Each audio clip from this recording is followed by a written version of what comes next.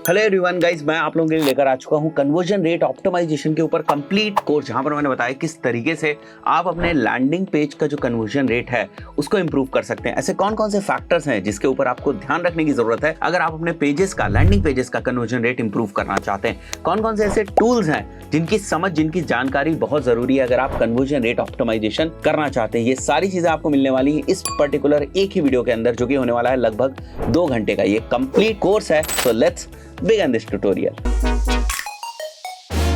हम लोग समझने वाले कि सीआरओ क्या होता है। ये एक डेटा ड्रिवन अप्रोच है। जब कभी हम लोग डेटा ड्रिवन अप्रोच की बात करते हैं, आपने कई बार सुना होगा कि data driven digital marketing, data driven जो स्ट्रैटेजीज है वो हमें बनानी। इसका सीधा सा मतलब यही होता है कि आप डेटा को समझें, ठीक है, कि कहां पर गलतियां हो रही हैं, क्या लूप होल्स हैं, उनको आप डेटा के बेसिस पे समझें और उसके बाद आप वहां पर चीजों को ऑप्टिमाइज करें सो दैट जो आपका कन्वर्जन रेट है वो बेहतर हो सके। तो CRO is basically a data driven approach of optimizing the conversions, right. So इस पर्टिकुलर वीडियो में हम लोग 2 चीजों को मेनली कवर करने वाले हैं। एक तो बेसिक डेफिनेशन हम लोग समझेंगे, फॉर्मूला वगैरह समझेंगे सीआरओ का कि ये क्या है और इसके एलिमेंट्स क्या, मतलब इकोसिस्टम क्या है सीआरओ का, और सीआरओ को करने के लिए कौन कौन से टूल्स की हमें जरूरत पड़ती है। इन सब चीजों की हम लोग बात करेंगे। बहुत ही इन डेप्थ कोर्स ये होने वाला है और बहुत ही मजा आने वाला है आप लोगों को। तो वीडियो को अभी आप लाइक कर दीजिएगा। फाइन। सबसे पहला जो यहां पर पॉइंट आप देख रहे हैं, that is basically the basic definition of CRO. Like it's the process of increasing the percentage of conversion from a website और मोबाइल ऐप। देखिए, बहुत सारे लोग ये समझते हैं कि अगर हमें हमारे कन्वर्जन्स को इंक्रीज करना है तो लेट्स से हम अगर ट्रैफिक को इंक्रीज कर देते हैं अपनी वेबसाइट के ऊपर तो हमारे कन्वर्जन्स भी इंक्रीज हो जाएंगे। फॉर एग्जाम्पल, कन्वर्जन आपके लिए कुछ भी हो सकता है। जैसे एक केस मान के चलते हैं कि हम ऐसे बिजनेस की बात कर रहे हैं जहां पर जो कन्वर्जन है वो लेट्स से लीड जनरेशन है। फाइन, कोई पाकिस्तान मूवर्स का बिजनेस है जहां पर लीड जनरेट जो हो रही है that is basically a conversion. बाद में वो business conversion is a different thing कि वो बाद में बिजनेस दे रहा है नहीं दे रहा, वो एक अलग बात है वहां पर। बट अभी हम लोग जो लैंडिंग पेज से कन्वर्जन की बात कर रहे हैं वो ये है कि अगर कोई पर्सन हमारे लैंडिंग पेज के ऊपर आता है, एक फॉर्म फिल करता है, इंक्वायरी करता है बेसिकली, तो हम बोलेंगे कि ये हमारे लिए एक कन्वर्जन है। तो फॉर एग्जांपल, आपकी वेबसाइट के ऊपर 100 लोग आ रहे हैं, 100 लोगों में से जो है वो 2 लोग जो है वो फॉर्म को फिल कर रहे हैं, राइट। तो अभी जो आपका जो कन्वर्जन रेट है वो कितना है? 2% है। अब आप क्या सोच रहे हो कि मैं ऐसा करता हूं, मैं यहां पर ना जो ट्रैफिक का इनफ्लो है उसको मैं इंक्रीज कर देता हूं, 100 की जगह मैं 200 लोगों को लेकर आता हूं। अगर मैं 200 लोगों को लेकर आऊंगा तो 4 लोग यहां पर फॉर्म जो है वो भरेंगे, बट यहां पर जो आपका कन्वर्जन रेट है ना वो इंक्रीज नहीं हो रहा है। जो आपका कन्वर्जन रेट है ना वो फिक्स हो गया यहां पर। फाइन। तो हमें कोशिश क्या करनी है कि जो 100 लोग आ रहे हैं ना, इनमें से जो 2 लोग फॉर्म भर रहे हैं, इनको 2 लोगों को नहीं, इस बार हम लोगों को किसी ना किसी तरीके से कोई ना कोई चीज करके हमें क्या करना है, 2 लोगों को इंक्रीज करना है 3 लोगों में या 4 लोगों में। ऐसा नहीं होता है कि 2 से सीधे वो 20 हो जाएगा अनटिल अनलेस आपने पहले यहां पर जब 2 लोग आ रहे हैं तो बहुत ही बड़ा कोई ब्लंडर आपने ना किया हो, ठीक है, कि गलत ही टाइप का ट्रैफिक आप अपनी वेबसाइट के ऊपर लेकर आ रहे हैं, लैंडिंग पेज के ऊपर लेकर आ रहे हैं, गलत इंटेंशन का ट्रैफिक जो है अपने लैंडिंग पेज के ऊपर लेकर आ रहे हैं, वो फिर फॉर्म नहीं भरेगा। फाइन। तो बहुत ही बड़ा ब्लंडर अगर आपने कर दिया होगा तब जाके आपको इस टाइप का 10x का जो यहां पर आप देख रहे हो ना कि कन्वर्जन रेट में आपको 10x देखने को मिल रहा है। ऐसा बहुत ही कम होता है। जनरली आप 50%, 100% का जो है वो आप देखते हो। इससे 2% से 4% हो गया, 5% हो गया, ठीक है। बट 2% से 20% का कन्वर्जन रेट हो जाना एक लैंडिंग पेज से इज अ बिग थिंग। हो सकता है, ऐसा नहीं कि कोई भी चीज इंपॉसिबल नहीं है, बट अगर मैं स्टैंडर्ड की बात करूंगा, बेंचमार्क्स की बात करूंगा, तो वो एक बेंचमार्क के पॉइंट ऑफ व्यू से चीज नहीं होती। तो सबसे पहले हमें ये समझना है कि कन्वर्जन रेट को इंप्रूव करने का मतलब ये नहीं होता है कि हम हमारी वेबसाइट के ऊपर जो ट्रैफिक आ रहा है उसके नंबर को हम इंप्रूव कर दें, इंक्रीज कर दें, राइट। यहां पर आप देखो बेसिक सी क्या डेफिनेशन लिखी हुई, it's a process, it's a process, complete process है ये। आप ऐसे सोचो एक बटन है, दबाया, सीआरओ हो गया, नहीं। एक प्रोसेस है, इसमें डिफरेंट डिफरेंट स्टेप्स हैं, इसमें डिफरेंट डिफरेंट फ्रेमवर्क्स हैं, डिफरेंट डिफरेंट सिचुएशंस में हम लोग डिफरेंट डिफरेंट टाइप के एक्शंस लेते हैं। तो ये सारी चीजें, राइट। तो it's basically a process of increasing the percentage of convergence from a website और अ मोबाइल ऐप। आपका कन्वर्जन कहीं पर भी हो सकता है, मोबाइल ऐप के ऊपर भी हो सकता है और आपके वेबसाइट के ऊपर भी हो सकता है। बेसिक मैथमेटिकल फॉर्मूला की अगर बात करें तो वो ये है, कन्वर्जन रेट, रेट जहां भी होता है, मैंने कई बार आप लोगों को बताया, इट मींस दैट कि परसेंटेज की बात हो रही, कहीं भी रेट शब्द दिख जाए आप समझ लो डेटा परसेंटेज में है। फाइन। तो number of conversion is like 2 conversion हुए हमारे, 100 लोग वेबसाइट के ऊपर आए, मल्टीप्लाइड 100 कर देंगे परसेंटेज के लिए, तो it will become basically 2%, right. तो आई बिलीव अभी कन्वर्जन रेट जो है वो आपको समझ में आ गया, ऑप्टिमाइजेशन तो अभी आपको धीरे धीरे समझ में आएगा। अब बेसिकली कौन कौन सी चीजें इसमें इन्वॉल्व होती हैं जब हम कन्वर्जन रेट ऑप्टिमाइजेशन की बात करते हैं, तो किन चीजों के इर्द गिर्द हम लोग घूमते हैं, इसको ऐसे समझते हैं हम लोग, राइट। सबसे पहले driving force that brings traffic. आखिर कहां से आप ट्रैफिक अपने लैंडिंग पेज के ऊपर ला रहे हैं। जैसे फॉर एग्जांपल अगर आप फेसबुक एड से ट्रैफिक लेकर आ रहे हैं, ठीक है, आप गूगल एड से ट्रैफिक लेकर आ रहे हैं, लेट से आप रीमार्केटिंग के कैंपेन से ट्रैफिक लेकर आ रहे हैं, कोई आपका फेसबुक प्लस गूगल के ऊपर रीमार्केटिंग कैंपेन चल रहा है, तो डेफिनेटली आप क्या देखोगे कि ये हमारा जो लैंडिंग पेज है, हो सकता है रीमार्केटिंग कैंपेन से आने वाले जो कन्वर्जन्स हैं, उनका जो कन्वर्जन परसेंटेज है वो इन दोनों से स्लाइटली हायर हो। तो हम इस फैक्टर को भी कंसिडरेशन में रखते हैं। आप हमेशा ये नहीं कह सकते कि 5% का कन्वर्जन रेट आ रहा है, 10% का कन्वर्जन रेट आ रहा है, 15% का कन्वर्जन रेट आ रहा है। तो वो सभी टाइप के ट्रैफिक, सभी टाइप के जो हमारे ट्रैफिक लाने के सोर्सेज हैं, सभी टाइप की जो ऑडियंसेस हैं, उनके लिए यूनिफॉर्म रहेगा। किसी भी बिजनेस के लिए ऐसा बिल्कुल नहीं है। डिफरेंट डिफरेंट सिचुएशंस में डिफरेंट डिफरेंट ऑडियंसेस के लिए, और जब हम डिफरेंट डिफरेंट जो ट्रैफिक के सोर्सेज है उनको इस्तेमाल करते हैं, तो उसके लिए जो हमारा कन्वर्जन रेट है उसका एक तरीके से स्टैंडर्ड या बेंचमार्क जो है, या हमारे जो देखने का नजरिया होता है, वो भी चेंज होता है। जैसे मैंने आपको बताया कि जब हम रीमार्केटिंग कैंपेन से जो कन्वर्जन परसेंटेज की बात करते हैं, तो बैक ऑफ द माइंड हमारे दिमाग में चलता रहता है कि हाँ भाई, रीमार्केटिंग कैंपेन से जो कन्वर्जन रेट है वो थोड़ा सा स्लाइटली जो है वो ज्यादा होगा। फाइन, तो उसको हम और ज्यादा कैसे इंप्रूव कर सकते हैं। वहीं पर अगर आप कोल्ड ट्रैफिक से लैंडिंग पेज के ऊपर अपने ट्रैफिक ला रहे हैं, वहां पर जो कन्वर्जन है वो आप देख सकते हैं, वहां पर थोड़ा सा आपका जो कन्वर्जन रेट है वो लोअर हो कंपेरेटिवली आपके रीमार्केटिंग कैंपेन के।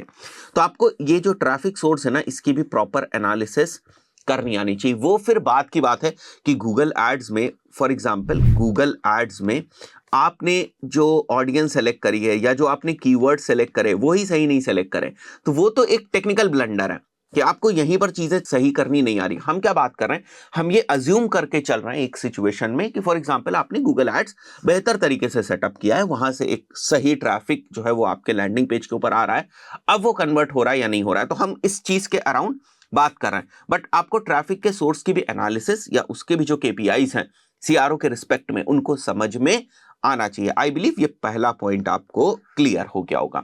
सेकेंड जो पॉइंट है वो आपको ये समझना होगा कि कौन सी ऐसी चीजें हैं जो कन्वर्जन्स को ड्राइव कर रही हैं। ऐसे कौन से फोर्सेस हैं, इनको बेसिकली हम लोग पॉजिटिव फोर्सेस बोलते हैं, क्योंकि ये कन्वर्जन्स को ड्राइव करते हैं। ऐसे ही बहुत सारे हर्डल्स होते हैं, बहुत सारी रुकावटें होती है जो कन्वर्जन्स को रोक देती हैं, तो उनको बेसिकली हम लोग निगेटिव जो फोर्सेस है उनको वो बोलते हैं, या फिर बैरियर्स बोलते हैं हम लोग, जो कन्वर्जन्स को होने से रोकती हैं। यहाँ पर बहुत सारे डिफरेंट डिफरेंट फोर्सेस हैं। आप ऑफर्स जो है वो टेस्ट करते हैं, डिफरेंट डिफरेंट, आप डिफरेंट डिफरेंट हुक्स को यूज करते हैं, जो कि बेसिकली आपके लिए कन्वर्जन्स ला कर देगा। तो एक पर्सन आपके लैंडिंग पेज के ऊपर आ गया, विच डजंट मीन कि कुछ भी आपने लैंडिंग पेज के ऊपर लिख दिया, बस एक फॉर्म लगा दिया तो वहां पर वो कन्वर्ट हो जाएगा। नहीं, आपको प्रॉपर कॉपी राइटिंग इसीलिए तो करनी होती है। तो यहाँ पर क्या क्या चीजें काम करती है, यहाँ पर कॉपी राइटिंग जो है वो काम करती है, यहाँ पर फनल की अंडरस्टैंडिंग काम करती है कि कहीं कोई फनल लीकेज तो नहीं है। फाइन, यहाँ पर बहुत सारी ए बी टेस्टिंग आपको करनी पड़ती है। तो ए बी टेस्टिंग की जब मैं बात कर रहा हूं, तो बहुत सारे ए बी टेस्ट के डिफरेंट डिफरेंट टूल्स होते हैं, उनको आपको देखना होता है कि वो टूल्स से किस तरीके से हम लोग ए बी टेस्ट जो है वो कर सकते हैं। तो यहाँ पर आपके जो ऑफर्स होते हैं ना, वो एक तरीके से आपके लिए पॉजिटिव फोर्सेस हैं। तो आपको मेक श्योर करना है कि ये सारी चीजें प्रॉपरली अलाइंड हो। उसके बाद आपको ये आइडेंटिफाई करना आना चाहिए कि बैरियर्स क्या है, प्रॉब्लम कहां पे आ रही है। बंदा हमारे लैंडिंग पेज के ऊपर आया, 100 लोग हमारे लैंडिंग पेज के ऊपर आ रहे हैं, केवल एक बंदा कन्वर्ट हुआ, ठीक है, 99% क्यों नहीं कन्वर्ट हुए। तो ये जो क्यों है ना, ये जो क्वेश्चन मार्क है, यही शुरुआत करता है कन्वर्जन रेट ऑप्टिमाइजेशन की। भाई ऑप्टिमाइजेशन का क्या मतलब है कि किसी प्रॉब्लम का आप सॉल्यूशन निकाल रहे हैं, वही चीज आप ऑप्टिमाइज कर रहे हैं, राइट। तो ऑप्टिमाइज करने के लिए, किसी प्रॉब्लम के सॉल्यूशन को निकालने के लिए प्रॉब्लम तो पता होनी चाहिए। तो प्रॉब्लम क्या है, प्रॉब्लम यह है कि 100 लोग हमारी वेबसाइट के ऊपर आए, एक बंदा कन्वर्ट होता है उसमें से, और बाकी के जो 99 लोग हैं वो कन्वर्ट नहीं होते। तो क्यों नहीं कन्वर्ट होते, तो ये जो क्यों का जवाब है आपको कैसे मिलेगा, इसके लिए आपको भागना पड़ेगा कहां पर, दूसरे जो डिफरेंट डिफरेंट एनालिटिक्स टूल्स हैं। पहले तो आप अपने ट्रैफिक की भी थोड़ी सी एनालिसिस करेंगे कि जो हमारे ट्रैफिक का सोर्स है वो सही है या नहीं है, तो वहां पर थोड़ी सी आपको ऑडिट करनी आनी चाहिए। इसलिए मैंने आपको बताया कि ट्रैफिक सोर्स की एनालिसिस आपको पता होनी चाहिए।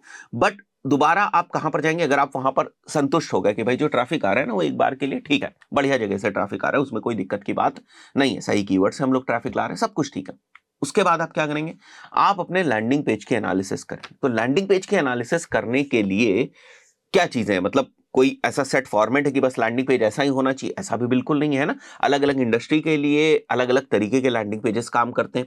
मतलब सीआरओ तो इस लेवल पर भी होता है कि आपने अगर छोटा सा बटन का प्लेसमेंट भी इधर से उधर कर दिया तो कन्वर्जन रेट आपका हिल सकता है। अगर आपने बटन के कलर को भी थोड़ा सा इधर उधर कर दिया तो भी आपका जो कन्वर्जन रेट है वो हिल सकता है। अगर आपने फॉन्ट चेंज कर दिए तो भी आपका कन्वर्जन रेट हिल सकता है। इवन अगर आपने हेडिंग के अंदर एक कोई नंबर डाल दिया, फॉर एग्जाम्पल मैंने लिखा हुआ है ग्रो योर बिजनेस, राइट, और मैं लिख दूं ग्रो योर बिजनेस बाय 100%, हो सकता है आपका कन्वर्जन रेट इंप्रूव हो जाए। तो मैंने शब्द क्या यूज किया, हो सकता है। मैं भी गारंटी नहीं दे सकता, हो सकता है लोगों को पहली वाली हेडलाइन पसंद आ रही हो, बट आप कुछ बेस्ट प्रैक्टिसेस करते हैं जिनके मैं आगे आपसे बात करूंगा। बट ये सारे छोटे छोटे फैक्टर्स होते हैं जो आपके कन्वर्जन रेट को इन्फ्लुएंस कर सकते हैं किसी भी डायरेक्शन में। मतलब पॉजिटिवली भी इन्फ्लुएंस कर सकते हैं, निगेटिवली भी इन्फ्लुएंस कर सकते हैं। तो इन सब चीजों के लिए आपको ए बी टेस्ट करना आना चाहिए। इन सब चीजों की एनालिसिस करने के लिए बंदा हमारे वेब पेज के ऊपर आया, लैंडिंग पेज के ऊपर आया, वो कर क्या रहा है, कहां पर वो रुक रहा है, किस सेक्शन को ज्यादा देर तक पढ़ रहा है, किस सेक्शन को पढ़ ही नहीं रहा है, आते ही वापस चला जा रहा है, फॉर्म भरने में उसको कोई प्रॉब्लम हो रही है, फॉर्म उसको दिख नहीं रहा है, बहुत ज्यादा उसको टेक्स्ट दिख रहा है। ये सब बहुत सारी चीजें, ये सब कहां से देखेंगे आप? ये सब देखने के लिए आपको जरूरत पड़ेगी हीट मैप टूल्स की। तो इन सब चीजों को आप हीट मैप टूल्स के अंदर जो है वो ऑडिट करते हैं। तो यही सारे तो एलिमेंट्स हैं। मतलब ये एक बेसिक चीज थी कि क्या क्या चीजें उसमें इन्वॉल्व होती हैं, और उन चीजों को अंडरस्टैंड करने के लिए डेटा ड्रिवन जिसमें अप्रोच की बात कर रहा था, ये सब हमारे पास डिफरेंट डिफरेंट टूल्स हैं। तो सारे कलेक्टिवली मिलके एक इकोसिस्टम तैयार करते हैं ताकि हम बेहतर तरीके से सीआरओ जो है वो कर सकें। आज के टाइम में सीआरओ काफी बड़ी फील्ड हो चुकी है। बहुत सी बड़ी बड़ी एजेंसीज के अंदर, एमएनसीज के अंदर सीआरओ के डिफरेंट डिपार्टमेंट्स हैं। मतलब ऐसे ऐसे आपको डेजिग्नेशंस सुनने को मिलेंगे जो शायद आपने सुने ही ना हो। बट यस, जो बड़ी कंपनीज होती हैं, जो एमएनसीज होती हैं, जिनके पास इंफ्रास्ट्रक्चरल सपोर्ट है, जिनके पास जो फंड्स का कोई प्रॉब्लम नहीं है, पैसे की कोई प्रॉब्लम नहीं है, वो इन सब चीजों के ऊपर इन्वेस्ट करती हैं, राइट। तो आई बिलीव आपको ये चीज समझ में आ रही होगी, फाइन। अब ये सवाल आता है कि सर ठीक है, आपने ये बता दिया कि कन्वर्जन क्या होता है, उसका मैथमेटिकल फॉर्मूला ये होता है, कन्वर्जन रेट ऑप्टिमाइजेशन में ये सारी चीजें होती है। अच्छा, एक परसेंटेज आप मेरे को बता दीजिए कि मैं ये मान के चलूंगा कि 5% का कन्वर्जन रेट जो है वो अच्छा है, ये कैसे पता चलेगा? या 10% का जो कन्वर्जन रेट है वो अच्छा है? देखिए, ये बहुत मुश्किल है किसी चीज को बता पाना एग्जैक्टली, क्योंकि इतने सारे वेरिएबल्स हैं कि आप उस बेसिस पे कभी नहीं देख सकते। बट एक चीज आपको समझनी पड़ेगी। जैसे मैं एक बहुत ही रॉ एग्जांपल आपके सामने रखता हूं कि फॉर एग्जांपल आपने क्या किया, आपने एड्स रन करने शुरू किए। एड्स रन करने के बाद आप देखते हो कि आपका जो कन्वर्जन रेट है वो 2% है। बट आप क्या देख रहे हो कि 2% कन्वर्जन रेट से आपका जो आरओआई है वो बहुत अच्छा है। तो आप कहोगे नहीं नहीं, ये कन्वर्जन रेट मेरे लिए ठीक है, एक तरीके से ठीक है, वही एक तरीके से स्टैंडर्ड हो गया। बट वहीं पर आप क्या देख रहे हो कि 2% कन्वर्जन पे भी हम आरओआई में स्ट्रगल कर रहे हैं। तो आप फिर से ऑडिट करना शुरू कर दोगे। वहां पर आप देखोगे कि आपके कन्वर्जन रेट ऑप्टिमाइजेशन में क्या स्कोप है, या कहां पर आप अपने कन्वर्जन को और ज्यादा इंप्रूव कर सकते हैं। तो there are always chances of improvement. यहां पर कोई फिक्स नहीं कि भाई 10% का कन्वर्जन हो गया तो बस अब हम रुक जाएंगे, नहीं।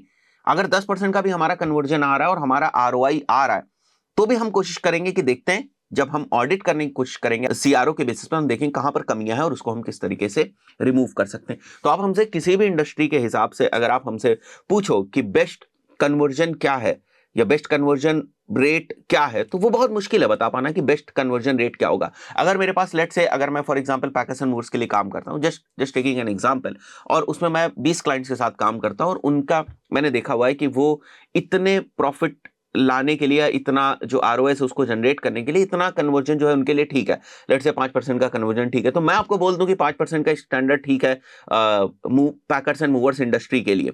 बट वो चीज बेंचमार्क नहीं बन सकती, मेरे कहने से वो चीज बेंचमार्क नहीं बन सकती, आप समझ रहे हो। तो इतने सारे वेरिएबल्स हैं, हो सकता है मेरे ही कैंपस में कोई कमी है और वो और ज्यादा इंप्रूव हो सकता था, तो मैंने उसको स्टैंडर्ड या बेंचमार्क कैसे बना दी। तो आप पॉइंट समझ रहे हैं, right. So it also varies from the nature of conversion और the type of conversion that we define. For example, आपने गलती से क्लिक्स को कन्वर्जन बना दिया तो आपका कन्वर्जन रेट तो शूट कर जाएगा, ऊपर निकल जाएगा, क्लिक्स तो बहुत आते हैं। फॉर एग्जाम्पल, आपने किसी फ्रीबी को कन्वर्जन बना दिया, फ्रीबी के डाउनलोड होने को कन्वर्जन बना दिया, लीड मैग्नेट को आपने कन्वर्जन बना दिया, तो लीड मैग्नेट तो इन जनरल ज्यादा ही डाउनलोड होंगे ना, क्योंकि वो आप फ्री दे रहे हो, तो वहां पर कन्वर्जन जो है वो शूट हो जाएगा। अगर आप जो आपकी लीड है, प्रॉपर लीड है, या फिर आपकी जो परचेज है, अगर आपने उसको जो है वो कन्वर्जन डिफाइन करके रखा है, तो हो सकता है कन्वर्जन रेट थोड़ा सा कम हो, क्योंकि वहां पर जो डायरेक्ट है वो रेवेन्यू आपका आ रहा है, वहां पर कन्वर्जन रेट जनरली थोड़ा सा ड्रॉप हो जाता है। तो कन्वर्जन केवल इंडस्ट्री के बेसिस पे वेरी नहीं करता है, कन्वर्जन इस बेसिस पे भी वेरी करता है कि आपने कन्वर्जन को किस तरीके से डिफाइन किया। आई बिलीव बातें समझ में आ रही होंगी धीरे धीरे। It varies on nature of business too, it depends on the sources from where you are driving traffic. जैसे मैंने आपको बताया, डिस्प्ले से हो सकता है आपको उतना अच्छा कन्वर्जन ना मिले जितना अच्छा आपको सर्च से मिले। हो सकता है जितना अच्छा आपको गूगल एड से कन्वर्जन मिल रहा है, कन्वर्जन रेट, उतना अच्छा सेम लैंडिंग पेज पे हो सकता है आपको फेसबुक एड से कन्वर्जन ना मिले, because the traffic that you are driving is different. उसके जो एट्रीब्यूट्स हैं वो अलग अलग है। आई बिलीव बात समझ में आ रही होगी। You can not start with a conversion percentage in mind कि मेरा इतना कन्वर्जन परसेंटेज होना चाहिए, ये इससे आप शुरुआत नहीं कर सकते। You start the things, you keep optimising the things, and then आप देखोगे कि आपका जो कन्वर्जन परसेंटेज है वो धीरे धीरे इंप्रूव हो रहा है। अगर आपको सीआरओ के फंडामेंटल्स क्लियर होंगे तो धीरे धीरे आप ऑडिट करके उस चीज को, उस लूप को कॉन्टिन्यूअस रख सकते हैं, राइट। तो आप क्या करोगे, आप काम करोगे, आप लीड्स लेकर आओगे या कन्वर्जन्स लेकर आओगे, फिर देखोगे कहां पर और इंप्रूवमेंट हो सकता है, फिर काम करोगे, फिर कन्वर्जन्स लेकर आओगे, फिर देखोगे कि वो इंप्रूवमेंट हुआ या नहीं हुआ, फिर और ज्यादा उसको फिल्टर करने की कोशिश करोगे, और ज्यादा ऑप्टिमाइजेशन करने की कोशिश करोगे। So you have to make this loop going, इसको आपको चलाते रहना होगा, and this is basically CRO which we call as conversion rate optimisation. कि किस तरीके से हम लोग माइक्रोसॉफ्ट क्लैरिटी को हमारे लैंडिंग पेज के ऊपर इंस्टॉल कर सकते हैं। गाइस, माइक्रोसॉफ्ट क्लैरिटी एक बहुत ही पावरफुल हीट मैप जो टूल है वो है। वैसे तो मार्केट में बहुत सारे हीट मैप से रिलेटेड, रिकॉर्डिंग से रिलेटेड टूल्स जो है वो अवेलेबल हैं, बट कुछ टाइम के बाद वो सारे टूल्स पेड हो जाते हैं। मतलब फ्री में आपको बहुत ही लिमिटेड जो सुविधाएं हैं वो मिलती हैं। जैसे कुछ पेज व्यूज आपको मिल जाएंगे पर मंथ के हिसाब से, कुछ आपको सेशंस मिल जाएंगे। बाद में क्या होता है कि पेज व्यूज जैसे जैसे आपके इंक्रीज होते रहते हैं, ज्यादा विजिटर्स बेसिकली आपके लैंडिंग पेज या वेबसाइट के ऊपर अगर आने लगते हैं, तो उस पर्टिकुलर केस में फिर वो ज्यादा चार्ज जो है वो आपसे करने लगते हैं। बट माइक्रोसॉफ्ट क्लैरिटी एक टोटली फ्री टूल है, जैसे कि यहां पर आप देख सकते हो, इन्होंने लिखा भी हुआ है। So Clarity is a free easy to use tool that captures how real people actually use your site, right. So अगर मैं नीचे आऊं, देखो बहुत सारी कंपनीज जो है वो आज के टाइम में क्लैरिटी को यूज कर रही है। फीचर्स देख रहे हैं आप, इंस्टेंट हीट मैप्स आपको मिल जाएंगे इस टाइप से। यहां पर आपको थोड़ा सा समझ में भी आ रहा होगा किस टाइप से डेटा आपको देता है। तो इंस्टेंट हीट मैप से आपको दे देगा, सेशन की रिकॉर्डिंग्स दे देगा, आपको पावरफुल रिकॉर्डिंग्स आपको मिल जाएंगी, बहुत ही तगड़ी इनसाइट से आपको दे देगा। गूगल एनालिटिक्स का इंटीग्रेशन आपको मिल जाता है, बहुत सीमलेसली आप इसको इंटीग्रेट कर लेंगे। दो बहुत ही पावरफुल प्लेटफॉर्म्स को इंटीग्रेट करके आप और डेटा की एनालिसिस कर सकते हैं। It is totally free for ever. But ये सवाल हमारे दिमाग में भी आता है कि सर ऐसा फ्री टूल माइक्रोसॉफ्ट क्यों दे रहा है। उसका भी इन्होंने यहाँ पर अगर आप देखो तो एक्सप्लेनेशन दिया हुआ है कि वो इसलिए आपको फ्री दे रहे हैं क्योंकि वो जो आपकी वेबसाइट की बहुत सारी डेटा होती है उसको वो कलेक्ट करते हैं, और उसके बेसिस पे फर्दर जो और भी बहुत सारे टूल्स वगैरह वो डेवलप कर रहे हैं उसमें वो यूज करते हैं। तो बेसिकली आपकी जो डेटा है उसका ये इस्तेमाल करते हैं, और यही रीजन है कि it is free, right. So अगर आपको ये समझना है why it is free, right, तो आप अगर प्राइसिंग वाले पे आएंगे एक बार के लिए, तो आप देख सकते हो यहाँ पर फीचर्स आ रही हैं, return free for ever, right. और अगर आप नीचे आओगे तो आपको दिखेगा भी कि ये क्यों फ्री कर रहे हैं, राइट। सो यहाँ पर आप देखो इन्होंने मेंशन किया है, clarity is one of the ways Microsoft gathers this important data and why we have made it available for free, right. तो इसलिए उन्होंने फ्री कर रखा है। तो बेसिकली पूरा डेटा का खेल है, ये आपको समझ में आ गया। अब गाइस, इस प्लेटफॉर्म को हमें इंटीग्रेट करना है हमारे लैंडिंग पेज के साथ। तो मेरे पास एक डमी सा लैंडिंग पेज है, केवल आप लोगों को एक्सप्लेन करने के पॉइंट ऑफ व्यू से मेरे पास एक डमी लैंडिंग पेज है यहाँ पर। तो इसके ऊपर जो मैं माइक्रोसॉफ्ट क्लैरिटी उसको इंस्टॉल करने वाला हूँ। तो जो तरीका हमें यूज करना है वो जीटीएम का तरीका यूज करना है। तो क्या जीटीएम इसके ऊपर ऑलरेडी इंस्टॉल है, उसके लिए मैं यहाँ पर सर्च कर लेता हूँ, ठीक है। तो जीटीएम अगर आप देखोगे तो हमारा जो जीटीएम है वो ऑलरेडी इसके ऊपर इंस्टॉल है। ये वाला जो जीटीएम है वो लगा हुआ है टीक्यू लास्ट में, तो ये वाला जीटीएम जो है हमारा लगा हुआ है। अब हमें माइक्रोसॉफ्ट क्लैरिटी को इंस्टॉल करना है। So what we will do is हम गूगल को यूज करेंगे बेसिकली माइक्रोसॉफ्ट क्लैरिटी में साइन इन करने के लिए। बहुत ही सिंपल सा तरीका है, साइन इन टू गूगल आप कर लो। जो आपकी आईडी है वो आप यहाँ से सेलेक्ट कर लेंगे, फाइन, जो भी आपकी आईडी होगी वो आप यहाँ से सेलेक्ट कर लेंगे, और आपका जो अकाउंट है वो माइक्रोसॉफ्ट क्लैरिटी के ऊपर बन जाएगा। बस आपको अपना जो ईमेल वगैरह है वो कंफर्म करना है। ऐसे छोटी छोटी चीज़ें हैं। और जो आपका नेम है वो आप यहाँ पर लिख ले। जैसे मैं अगर लैंडिंग पेज इसका नाम रखना है, तो प्रोजेक्ट का जो भी आप नेम रखना चाहते हैं, तो मैं ऐसे ही राइस विलास रख देता हूँ। और जो यहाँ से मुझे यूआरएल लेना है वो मैं कॉपी कर लूँगा, बहुत ही सिंपल है, राइट। ये हमारे वेबसाइट का यूआरएल हो गया यहाँ पर, and then we can go ahead and add new project. So अभी आप यहाँ पर देख सकते हो देयर आर डिफरेंट वेज जिनके थ्रू जो है वो आप क्लैरिटी को इंस्टॉल कर सकते हैं। Install with Google tag manager है, तो मैं स्टार्ट सेटअप पे जब क्लिक करता हूँ तो आप देख सकते हो यहाँ पर आपके पास जीटीएम के थ्रू भी डिफरेंट डिफरेंट ऑप्शंस हैं, आप डायरेक्टली जीटीएम को कनेक्ट कर सकते हैं। मुझे ये तरीका पसंद नहीं है। मैं जीटीएम के अंदर जाकर जो उनकी प्री मेड टेम्पलेट्स होती हैं या वहाँ पर जो मैं कोड फायर करता हूँ उसके बेसिस पे मैं बेसिकली कनेक्ट करता हूँ। तो वो ये वाला ये तरीका है, या तो आप इंस्टॉल कर दें मैनुअली, ठीक है, वो ये तरीका है कि नया टैग आप बनाएं और फिर वो इंस्टॉल कर दें आप। जीटीएम को अगर आपको डिटेल में समझना है तो जीटीएम के लिए मैंने अलग से पूरा एक कोर्स जीटीएम के ऊपर बना रखा है, प्लेलिस्ट है, आप वो जाकर फॉलो कर लेंगे तो आपको जीटीएम समझ में आ जाएगा। तो यहाँ पर मैं केवल आपको क्लैरिटी का इंस्टॉलेशन बता रहा हूँ। तो मैं क्या कर रहा हूँ, मैं एक बार के लिए ट्रैकिंग कोड के ऊपर जा रहा हूँ और ट्रैकिंग कोड में जो आपकी मेन स्क्रिप्ट आईडी होती है वो ये फाइन। ये जो मेन आपकी स्क्रिप्ट आईडी है, या इसी को आप बोल लो कि आपकी जो क्लैरिटी की आईडी होती है वो आपकी मेन आईडी होती है, आप इसको कॉपी कर लें। मैं अब वापस आ जाता हूँ गूगल टैग मैनेजर के ऊपर, न्यू के ऊपर मैं क्लिक करूंगा और यहाँ मेरा जो कोड है वो माइक्रोसॉफ्ट क्लैरिटी है। तो मैं सिंपली इसको माइक्रोसॉफ्ट क्लैरिटी यहाँ मेंशन कर दूंगा और यहाँ आपको माइक्रोसॉफ्ट क्लैरिटी की टेम्पलेट नहीं मिलेगी, तो आप यहाँ पर जाइएगा, जो कम्युनिटी टेम्पलेट की गैलरी है आप इसके अंदर चले जाएं और यहाँ आप सर्च कर लीजिएगा माइक्रोसॉफ्ट क्लैरिटी। तो दो टेम्पलेट्स आपको देखने को मिलेंगी, एक तो ल्यूरेटिक वाली, एक माइक्रोसॉफ्ट वाली। आप इसको सेलेक्ट कर लीजिएगा यहाँ से और ऐड टू वर्कस्पेस कर दीजिएगा। मैंने ऑलरेडी कर दिया है यहाँ पर, राइट। सो अब अगर मैं यहाँ पर जाता हूँ तो मेरे को माइक्रोसॉफ्ट क्लैरिटी दिखाई देगी। तो मैं माइक्रोसॉफ्ट क्लैरिटी सेलेक्ट कर लूंगा और क्लैरिटी की जो प्रोजेक्ट आईडी है जो हम लोगों ने यहाँ से उठाई हुई थी, फाइन, यहाँ पर अगर हम लोग हैं, this is basically the ID, right. So मैं इसको कॉपी करूंगा, इसको मैं यहाँ पेस्ट करूंगा और मैं इसको ऑल पेजेस के ऊपर फायर कर दूंगा, दैट्स इट। सो ये मैंने ऑल पेजेस के ऊपर फायर कर दिया यहाँ पर। देन मुझे सबमिट करना है सो दैट मेरा जो कंटेनर है वो लाइव हो जाए और जो स्क्रिप्ट है वो लग जाए। So this is one of the ways through which you can basically go ahead and install your Microsoft Clarity code on your website, fine. और जीटीएम के थ्रू हम लोगों ने इस चीज को किया हुआ है। So once you are done with this, आप वापस आ जाओ गेटिंग स्टार्टेड के ऊपर। तो अगर आप आधे मिनट बाद इसको रिफ्रेश करेंगे, जैसे मैंने अभी आधे मिनट के बाद इसको रिफ्रेश किया है, तो आप देखोगे कि आपको यहाँ पर ऑप्शंस दिखने लगेंगे। मतलब जब तक आप ये टैग अपनी वेबसाइट के ऊपर नहीं लगाते तब तक ये आपको ऑप्शंस नहीं दिखते हैं, फाइन। तो ये हमारा यहाँ पर सेटअप बेसिकली हो चुका है, फाइन। अब आप माई प्रोजेक्ट्स के ऊपर अगर आप जाएंगे तो यू कैन सी कि आपका प्रोजेक्ट आपको यहाँ पर दिख रहा होगा और रिकॉर्डिंग्स में, डैशबोर्ड में, फिर सब आप फर्दर जो एनालिसिस आपको करनी है that you can do from here, right. So इसी के साथ साथ अगर मैं वापस सेटिंग्स में आ जाता हूँ और सेटिंग्स में आने के बाद मैं सेटअप पे जाता हूँ, तो मुझे जो गूगल एनालिटिक्स है उसको भी सेटअप करना है। तो मैं यहाँ पर भी गेट स्टार्टेड कर लूँगा और इसी आईडी से मेरा गूगल एनालिटिक्स का अकाउंट भी बना हुआ है, तो मैं उसको सेलेक्ट करके, बस परमिशन मुझे देनी पड़ती है for the purpose of integration, तो उसमें भी कोई दिक्कत की बात नहीं है। सो मैंने यहाँ पर इस चीज़ को भी सेलेक्ट कर लिया है।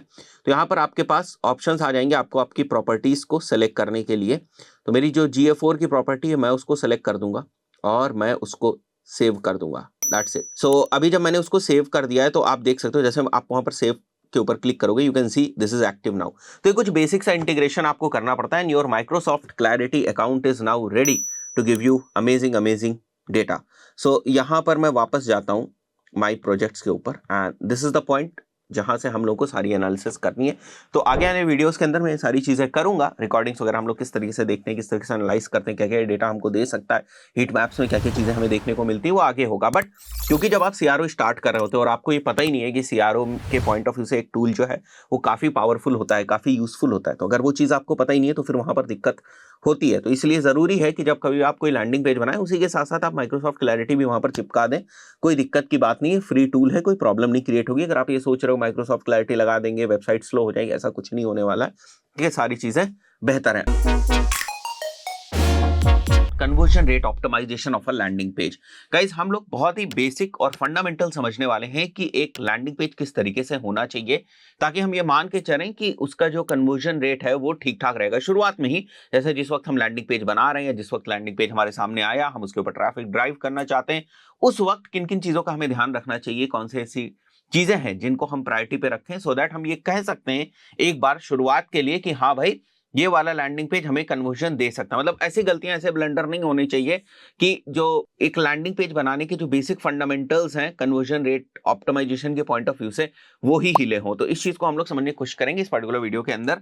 तो आपके समझने के पॉइंट ऑफ व्यू से आप जैसे यहाँ पर देख सकते हो, मान के चलो कि ये एक लैंडिंग पेज है, एक रियल एस्टेट का लैंडिंग पेज है। तो लैंडिंग पेज के अपने कुछ फंडामेंटल्स होते हैं, जैसे लिंक्स वगैरह नहीं होने चाहिए बहुत ज्यादा जो दूसरे पेज के ऊपर लेकर जाए। मतलब अगर कोई पर्सन आपके इस स्पेसिफिक लैंडिंग पेज के ऊपर आ रहा है तो या तो वो कन्वर्जन करे या तो वापस चला जाए। ऐसा ना हो कि यहाँ से ही वो डाइवर्ट हो जाए, डिस्ट्रैक्ट हो जाए, दूसरे पेजेस के ऊपर चला जाए, दूसरी इन्फॉर्मेशन कंज्यूम करने लगे। तो अगर हम कोई बहुत ही ज्यादा स्पेसिफिक और लेजर टारगेटेड ट्रैफिक इस लैंडिंग पेज के ऊपर ला रहे हैं तो वो इसी लैंडिंग पेज को जो है वो फॉलो करते हुए या तो यहाँ पर कन्वर्जन कर ले या तो फिर वापस चला जाए, अगर उसे हमारे प्रोडक्ट सर्विसेज जो भी हमने यहाँ पर लैंडिंग पेज के ऊपर मेंशन किया है वो नहीं समझ में आ रहा है। तो ये तो कुछ बेसिक सी चीजें हैं लैंडिंग पेज के पॉइंट ऑफ व्यू से कि लैंडिंग पेज ही क्यों बनाया जाता है, उसकी जरूरत क्यों पड़ती है, वेबसाइट ही क्यों नहीं बना दी जाती है। बट जब हम बात करते हैं कन्वर्जन रेट ऑप्टिमाइजेशन की तो बेसिकली हम लोग इस मुद्दे की बात कर रहे हैं कि हमारे पास यहाँ पर एक सोर्स ऑफ ट्रैफिक है, तो कुछ ट्रैफिक हमारे लैंडिंग पेज के ऊपर आ रहा है।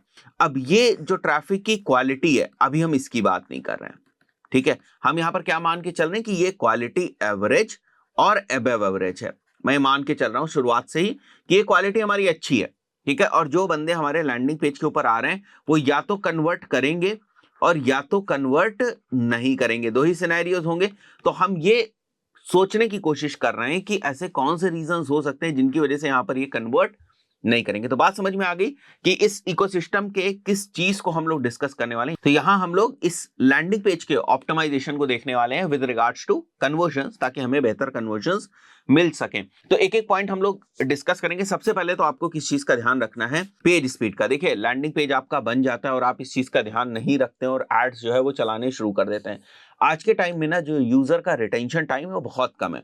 अगर आपका पेज क्विकली खुला नहीं ना तो पर्सन और यूजर जो है ना वो वहीं से वापस हो जाएगा। तो जो प्रोबेबिलिटी बनती भी थी कन्वर्जन होने की वो ही खत्म हो गई, मतलब पेज के कंटेंट को ही पर्सन नहीं देख पाया। तो आपको किस चीज का ध्यान रखना है कि आपका जो पेज स्पीड है ना उसकी जो लोडिंग स्पीड है वो शानदार होनी चाहिए। आपके लैंडिंग पेज की लोडिंग स्पीड ठीक होनी चाहिए। तो बहुत सारे पेज स्पीड के जो टूल्स हैं जैसे Google page speed insights tool है, तो उसका आप इस्तेमाल कर सकते हैं देखने के लिए कि मोबाइल के ऊपर मेरा जो पेज है वो कितनी स्पीड से खुल रहा है, जो डेस्कटॉप है वहां पर कितने अच्छे तरीके से मेरा जो पेज है वो खुल रहा है। और इसका भी मैं दिखा देता हूं, जैसे ये वाले टूल की मैं बात कर रहा हूं तो यहाँ पर जब आप अपना यूआरएल डालेंगे जो भी आपका लैंडिंग पेज है तो आपको मोबाइल रिलेटेड जो डायग्नोसिस है पूरी यहाँ पर मिल जाएगी मोबाइल डिवाइस के बेसिस पर।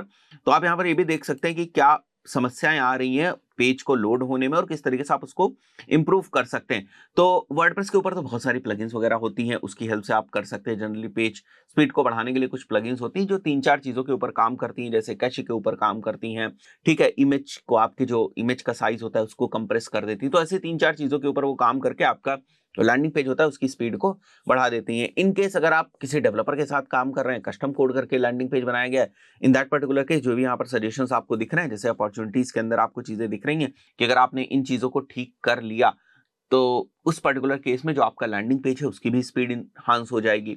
तो ये चीजें आप अपने डेवलपर के साथ शेयर कर सकते हैं, वो इन चीजों को आपको इंप्रूव करके दे देगा। फाइन। तो बहुत सारे लोग जो है ना वो पेज स्पीड के ऊपर काम नहीं करते, बहुत ही इंपॉर्टेंट फैक्टर है।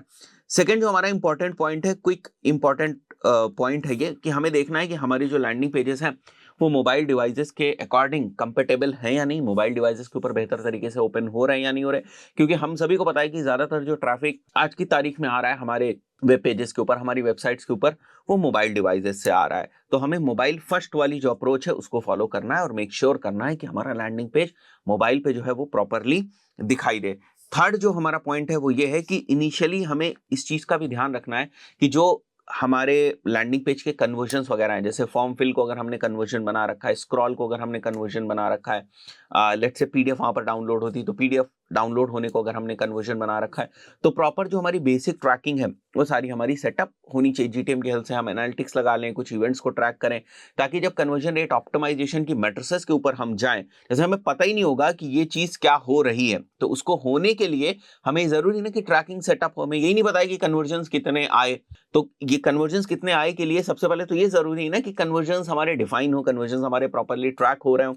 तो ये सारी चीजें हमें इनिशियली ही सेटअप करनी पड़ेंगी, उनको टेस्ट करना पड़ेगा सारी चीजें ठीक हैं या नहीं है। तो कभी कभी जल्दबाजी में लोग ये गलती कर जाते हैं कि एड्स चला दिया और उसके बाद वो देख रहे हैं कि जो है उनके लैंडिंग पेज के ऊपर बहुत सारी जो ट्रैकिंग है वो ही नहीं इनेबल्ड है, वो ही नहीं प्रॉपरली सेटअप है।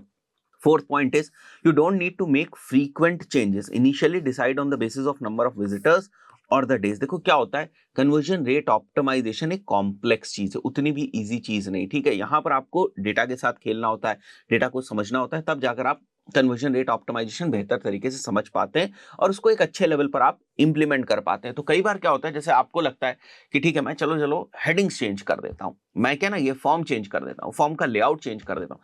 अगर आप दो चीजों को एक साथ चेंज करेंगे, जैसे फॉर एग्जाम्पल मैंने हेडिंग भी चेंज कर दी, मैंने फॉर्म का लेआउट भी चेंज कर दिया, फिर मैं जज कैसे करूंगा कि हेडिंग चेंज होने से कन्वर्जन बढ़े हैं या फॉर्म का लेआउट चेंज होने से कन्वर्जन बढ़े हैं? तो ये बहुत ही बेसिक और फंडामेंटल चीज है कि हम एक चीज को एक बार के लिए टेस्ट करें और मेक श्योर करें। पता चला आपके 3-4 केवल विजिटर्स है और आपने डिसीजन ले लिया कि नहीं नहीं ये 4 लोग आए हैं और इन्होंने कोई कन्वर्जन नहीं किया, विच मींस दैट कि ये हेडलाइन या फिर ये जो हमारा फॉर्म है उसका लेआउट काम नहीं कर रहा है, जो भी आपका डिसाइडिंग फैक्टर था वो काम नहीं कर रहा।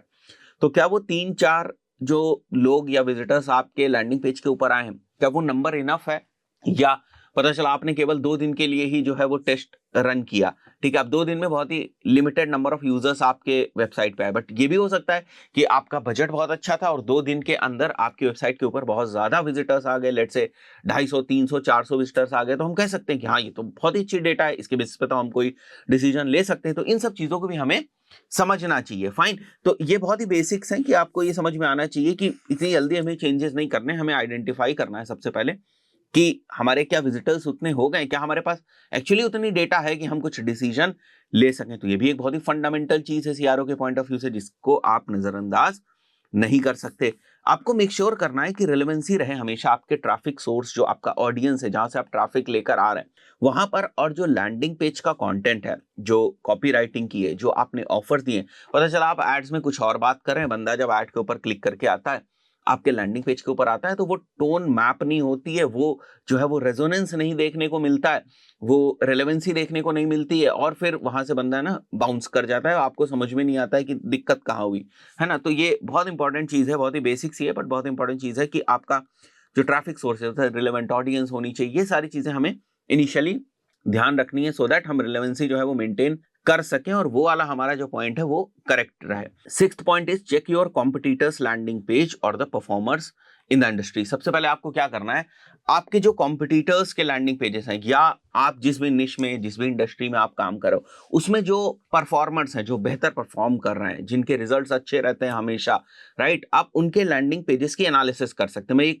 कभी नहीं कहता हूं कि आप उनके लैंडिंग पेजेस को हमेशा कॉपी कर लें, जब भी आप कॉपी करेंगे ना, आप उनसे बेहतर कभी कर ही नहीं सकते। तो आपको हमेशा एनालिसिस करनी है और आपको इस चीज का ध्यान रखना है किस तरीके से मैं उनके लैंडिंग पेज से बेहतर अपना जो लैंडिंग पेज है वो बना सकूं, जो उनके लैंडिंग पेज में कमियां हैं उनको मैं दूर कर सकूं, राइट। ऐसा नहीं कि वहां से कॉपी पेस्ट कर देना। वैसे भी कॉपी पेस्ट करने में बहुत ही प्रॉब्लम होती है, क्योंकि आपके अपने कुछ ब्रांड जो डेफिनेशंस हैं वो होंगी, लोगों का अलग कलर जो है वो अलग होगा, ब्रांड कलर्स जो है आपके वो सारी चीजें अलग होंगी, तो बहुत मुश्किल होता है कि उसको आप कॉपी कर सकें। बट हाँ, जब आप 8-10 लैंडिंग पेजेस देखते हैं तो आपको बहुत सारी चीजें समझ में आने लगती हैं कि हाँ भाई ये लैंडिंग पेज जो है इस चीज को यूज कर रहा है, ये रिव्यूज को इस तरीके से यूज कर रहा है, ये ट्रस्ट वाली जो फैक्टर्स है उनको यहाँ पर यूज कर रहा है। तो ये सारी चीजें आपको समझ में आती है, फिर उसको आप और बेहतर तरीके से अपने लैंडिंग पेज के अंदर इंप्लीमेंट कर सकते हैं। जब आप कॉम्पिटिटर्स के लैंडिंग पेज को देख रहे हो तो आप इस तरीके से देखें जैसे आप एक नॉर्मल यूजर हैं। अगर आप एज अ यूजर उस लैंडिंग पेज के ऊपर जाते हैं तो आपको उसका नेविगेशन किस तरीके का लग रहा है, ठीक है, आप 2-3 लोगों से और जो है ना वो फीडबैक ले सकते हैं, उनको एज अ यूजर जो है वो समझ के आप उनसे फीडबैक ले सकते हैं कि भाई जरा देखो इस लैंडिंग पेज के ऊपर आप जा रहे हो तो कैसा लग रहा है, कैसा आपको इंटरफेस, या इन जनरल आप पूछ लो आपकी ये एक लैंडिंग पेज है, ये एक लैंडिंग पेज है, कौन सा लैंडिंग पेज ठीक लग रहा है। For example packers and movers का लैंडिंग पेज है, तो कौन सा landing page packers and movers के पॉइंट ऑफ व्यू से अच्छा लग रहा है, किसके ऊपर आप जाकर लीड जो है वो सबमिट करोगे, कौन ज्यादा ट्रस्ट वर्दी लग रहा है। तो इस टाइप से आप थोड़े से ओपिनियंस भी ले सकते हैं और ये जरूरी है। इसी तरीके से आपको ना यूजर का जो बिहेवियर है वो पता चलता है। इसके लिए ही तो बहुत सारी बड़ी बड़ी जो कंपनीज हैं आप देखते हो सर्वेज वगैरह कराती, क्यों? क्योंकि उनको ना यूजर के बिहेवियर को समझना होता है, उनको यूजर की सोच को समझना होता है कि वो किस तरीके से डिसीजन लेता है, राइट। तभी तो उनके पास डेटा आएगी, तभी तो उसके बेसिस पे वो कोई फर्दर जो है वो एक्शंस लेंगे। उसके बाद अगर मैं नेक्स्ट पॉइंट की बात करूं, 7th पॉइंट, तो यहां पर आप देख सकते हो लिखा हुआ है focus on copy of landing page, copy writing, ठीक है, लैंडिंग पेज के ऊपर क्या लिखा है।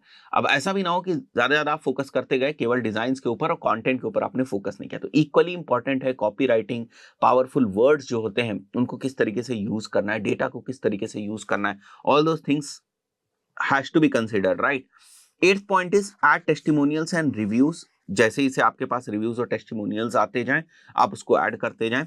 9th point is optimise your lead form, don't increase unnecessary field. जैसे फॉर एग्जांपल आपने देखा होगा बहुत सारे फॉर्म्स में आपको क्या देखने को मिलता है, फर्स्ट नेम, फिर मिडिल नेम, फिर लास्ट नेम, कोई मतलब ही नहीं है, आप सीधे सीधे उसको लिखो ना नेम। जितने ज्यादा फील्ड्स डालोगे ना उतना ज्यादा रेजिस्टेंस जो है वो पैदा होगा, अनटिल अनलेस वो कोई बहुत ही इंपॉर्टेंट जो फील्ड है वो ना हो। फॉर एग्जाम्पल आप कोचिंग क्लासेस दे रहे हैं और आप 11th और 12th को देते हैं, राइट, मैथ्स की कोचिंग क्लासेस आप प्रोवाइड करते हैं, मैथ्स का आपने एक कॉमन जो है वो लैंडिंग पेज बना दिया 11th और 12th के लिए, तो वहां पर आप फॉर्म में एक बार मेंशन कर सकते हो क्लास, और वहां पर जो है वो आप ड्रॉप डाउन लगाकर उनसे पूछ सकते हो कि 11th का बच्चा है या 12th का बच्चा है, राइट। तो it totally depends on the nature of the business, but fundamentals क्या है, बेसिक हमें क्या ध्यान रखना है कि हमें ऐसा कोई काम नहीं करना है कि अननेसेसरी फील्ड्स बिना मतलब की जिसकी इंफॉर्मेशन हमारे पास आना या ना आना कोई मायने नहीं रखता है, तो उससे बहुत ज्यादा फर्क नहीं पड़ता है, तो उस चीज को आप इग्नोर करें, वो रेजिस्टेंस पैदा करता है। उसके बाद अगर मैं 10th पॉइंट की बात करूं, work on call to actions, call to actions के ऊपर, ऑफर्स के ऊपर, इन सब चीजों के ऊपर आपको काम करने की जरूरत है। जैसे फॉर एग्जाम्पल मैं यहां पर लिखता हूं गेट राइट फ्री कंसल्टेंसी, ठीक है, मैं रियल एस्टेट के पॉइंट ऑफ व्यू से बात कर रहा हूं, राइट। हमारा जैसे फॉर एग्जांपल यही पेज है, ठीक है, ये रियल एस्टेट का अगर कोई पेज है तो इसके पॉइंट ऑफ व्यू से मैं बात कर रहा हूं कि यहां पर जो कोई कॉल टू एक्शन लगा हुआ है कैप्चर करने के लीड्स, उसके ऊपर लिखा हुआ है गेट फ्री कंसल्टेंसी। वहीं पर दूसरी चीज लिखी हुई है like schedule your free visit, ठीक है। तो क्या समझ में आएगा कि अरे मुझे यहाँ पर फ्री विजिट जो है वो करने का मौका मिल रहा है, मतलब ये अपनी कैब या कार भेज देंगे या इनकी प्रॉपर्टी की कोई जो है व्हीकल होगा वो ये भेज देंगे, उससे मैं आराम से फ्री में जो विजिट है उसको अपनी शेड्यूल कर सकता हूं। तो आपको इस तरीके से जो कॉल टू एक्शंस है ना उनके साथ खेलना पड़ेगा। 11th पॉइंट इज जहां पर भी जरूरत है आप चैट बॉट्स का इस्तेमाल करें, आप व्हाट्सएप का इस्तेमाल कर सकते हैं ताकि कम्युनिकेशन स्मूथ हो सके। अगेन वही वाली बात हो रही है जो मैंने आपको पहले वाले वीडियो में बताया था कि कन्वर्जन रेट ऑप्टिमाइजेशन को जो सबसे ज्यादा ड्रॉप करता है दैट इज बेसिकली हर्डल्स। अगर आपको ये बात समझ में आ गई कि हर्डल्स कितने, बैरियर्स कितने और कितने बैरियर्स मैं उनमें से हटा सकता हूं, राइट, तो वहीं पर सारा खेल होता है। तो ये जो कम्युनिकेशन बटन्स होते हैं ना ये ब्रिज स्टैब्लिश करते हैं बिटवीन द यूजर एंड जिसका भी लैंडिंग पेज है, जो भी बिजनेस ओनर है उसके बीच में। तो जितना वो पैसेज ऑफ कम्युनिकेशन इंटरेक्शन जितना आप स्मूथ रखेंगे उतने चांसेस ज्यादा हैं कि आपके पास लीड्स आएंगे और क्वालिटी लीड्स आएंगी, राइट। कॉल विजेट्स का आप इस्तेमाल कर सकते हैं, ट्रस्ट बैजेस जो होते हैं, ठीक है, रिव्यूज वगैरह भी ट्रस्ट बैजेस में एक तरीके से है, बट आपने देखा होगा कई बार बहुत सारी कंपनीज के जो ट्रस्ट बैजेस होते हैं वो वेरीफाइड बैजेस, जैसे ट्रस्ट पायलट का वो वहां पर लग जाता है, जस्ट डायल का वो आप वहां पर लगा सकते हो। अगर आपके कोई सर्टिफिकेशंस हैं, right, let's say ISO certification है उसको आप यहाँ पर लगा सकते हो। अगर आपने कोई अवार्ड जो है एज एन ऑर्गेनाइजेशन ले रखा है आप उसको वहां पर लगा सकते हो। तो ये बड़ी छोटी छोटी सी चीजें हैं, बट मैं आपको बताऊं अगर आप बहुत सारे लैंडिंग पेजेस को देखोगे ना अपनी निश में तो आपको समझ में आएगा, देखो डिफरेंट डिफरेंट जो बिजनेसेस हैं, डिफरेंट डिफरेंट जो बिजनेस ओनर्स हैं वो किस तरीके से अपने लैंडिंग पेज के ऊपर बहुत सारी जो information with regards to their business है वो वहां पर डालते हैं और वो इम्पैक्ट डालती है, राइट। तो इसके लिए मैं आपको सबसे जो आसान राय है वो यही दूंगा, या आसान काम जो है आपको करना है वो यही है, जब जितने ज्यादा आप लैंडिंग पेजेस देखेंगे उतना आपको समझ में आएगा। फाइन, क्रिएट एक्सप्लेनर वीडियोस, ये भी बहुत जबरदस्त तरीके से काम करता है। मैंने देखा है कई सारे लैंडिंग पेजेस के ऊपर, आपने भी देखा होगा इस चीज को कि आपको एक्सप्लेनर वीडियोस देखने को मिल जाते हैं, ताकि अगर कोई चीज जो लैंडिंग पेज के ऊपर मेंशन है वो बंदे को ठीक तरीके से समझ में नहीं आ रही तो वहां पर एक्सप्लेनर वीडियोस होते हैं जो और बेहतर तरीके से जो लैंडिंग पेज का मैसेज है ना उसको सामने कन्वे कर देते हैं, ताकि जो अगेन वही मैं बात कर रहा हूं जो रेजिस्टेंस था लीड को भरने का या लीड फॉर्म को भरने का या लीड आपके पास आने का वो और कम हो जाता है, राइट। तो आई बिलीव ये चीज भी आपको समझ में आई होगी। फोमो आप यूज कर सकते हो, जैसे लिमिटेड सीट्स, ठीक है, ये सारी चीजें, बट आज के टाइम में बहुत सारे लोग समझदार भी हो गए, वो समझ जाते हैं कि यहाँ पर फोमो का ही इस्तेमाल किया जा रहा है, विच is like fear of missing out. बहुत सारे लोग समझ जाते हैं कि हाँ भाई सीट्स होंगी, बट ये लिख रहे हैं जैसे last 10 seats left, 15 seats left, इस तरीके से बहुत सारे लोग लिख देते हैं, तो लोग भी समझ जाते हैं। बट यस, अगेन आप फियर ऑफ मिसिंग आउट जो है उसको मेंशन कर सकते हैं अपने लैंडिंग पेज के ऊपर। तो गाइस ये कुछ बेसिक सी जो टिप्स थी या फंडामेंटल से भी बहुत सारी चीजें हम लोग देखने वाले हैं with regards to this CRO of landing pages. बहुत सारी चीजें अभी आगे आने वाले वीडियोस में टॉपिक्स में कवर होंगी। ये फंडामेंटल था ताकि आपके दिमाग में चीजें क्लियर होती रहें कि आखिर लैंडिंग पेज पे एज एलिमेंट्स क्या क्या चीजें हमें डालनी चाहिए जो हमारे CRO को इम्पैक्ट कर सकती हैं। हम लोग कुछ मैट्रिसेस की बात करेंगे जो जरूरी है कन्वर्जन रेट को और बेहतर तरीके से समझने के लिए। तो मेरे पास ऑलमोस्ट 6-7 मैट्रिसेस यहाँ पर मैं आप लोगों से डिस्कस करूंगा एक एक करके उनके बारे में, और किस तरीके से और किस प्लेटफॉर्म के थ्रू आप उसको ट्रैक कर सकते हैं इसकी भी हम लोग चर्चा करेंगे। सबसे पहले तो आपको आपके जो कन्वर्जन्स हैं वो डिफाइन करने हैं। देखिए, एक बिजनेस के पॉइंट ऑफ व्यू से कन्वर्जन अलग अलग तरीकों से हो सकता है। जनरली अगर हम लीड जनरेशन की बात करें तो लीड जनरेशन में जो हमारे लिए कन्वर्जन होते हैं वो इस तरीके से होते हैं, या तो फॉर्म का फिल होना हमारे लिए कन्वर्जन होगा, या हमारे पास अगर कोई कॉल आती तो कन्वर्जन होगा, या कोई अगर लीड मैग्नेट डाउनलोड करता है और उसके बाद मुझे उसकी इंफॉर्मेशन मिलती है तो वो हमारे लिए कन्वर्जन होगा। तो what ever is your conversion जो भी है उसको आपको डिफाइन करना है। This is first thing. ये पहली मैट्रिक होती है जो आपको ट्रैक करनी होती है, या ऐसे आपको सेटअप करना है कि इस मैट्रिक को आप आसानी से ट्रैक कर पाए।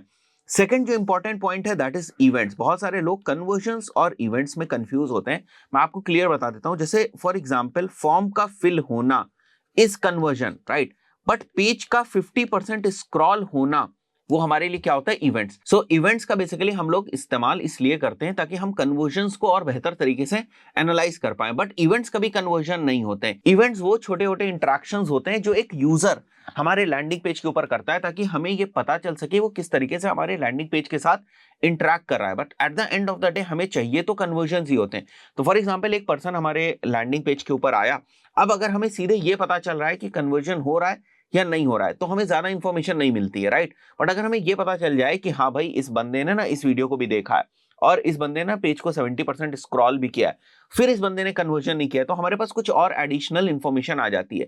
तो वो जो एडिशनल इंफॉर्मेशन को हम ट्रैक करना चाहते हैं उसको जो ट्रैक करने का तरीका है वो हम लोग करते हैं बेसिकली इवेंट्स के थ्रू। तो हम लोग इवेंट्स बनाते हैं with the help of GTM. Generally आप जीटीएम की हेल्प से इवेंट्स बनाते हैं और फिर उसको आप एनालिटिक्स के टूल में जो है वो ट्रैक करते हैं। फाइन, तो इस तरीके से हम लोग इवेंट्स को भी एज अ मैट्रिक मान के हम लोग ट्रैक करते हैं सीआरओ के पॉइंट ऑफ व्यू से। तो ये हमारी सेकंड मैट्रिक थी। Third is call to action clicks. अब जैसे फॉर एग्जांपल फॉर्म फिल होने के लिए, ठीक है, आपने एक बटन लगा रखा है, जैसे इंक्वायर नाउ का एक बटन लगा रखा है, तो हो सकता है लोग उस इंक्वायर नाउ के बटन के ऊपर क्लिक कर रहे हैं, फॉर्म का जो पॉपअप है वो भी ओपन हो रहा है, बट लोग फॉर्म नहीं भर रहे हैं। तो हम क्या चाहते हैं कि वो जो छोटा सा एक इंटरेक्शन हुआ है कॉल टू एक्शन बटन के ऊपर, उसको भी हम लोग प्रॉपरली ट्रैक कर पाए। तो इससे भी हमें पता चलता है कि यूजर किस तरीके से हमारे लैंडिंग पेज के साथ जो है वो इंटरेक्ट कर रहे हैं। So this is third kind of metric that we can define as well as track. And the fourth one is user path. अब यूजर पाथ में क्या है कि एक यूजर किस तरीके से किसी इवेंट तक पहुंचता है या किस तरीके से वो कन्वर्जन्स कर रहा है।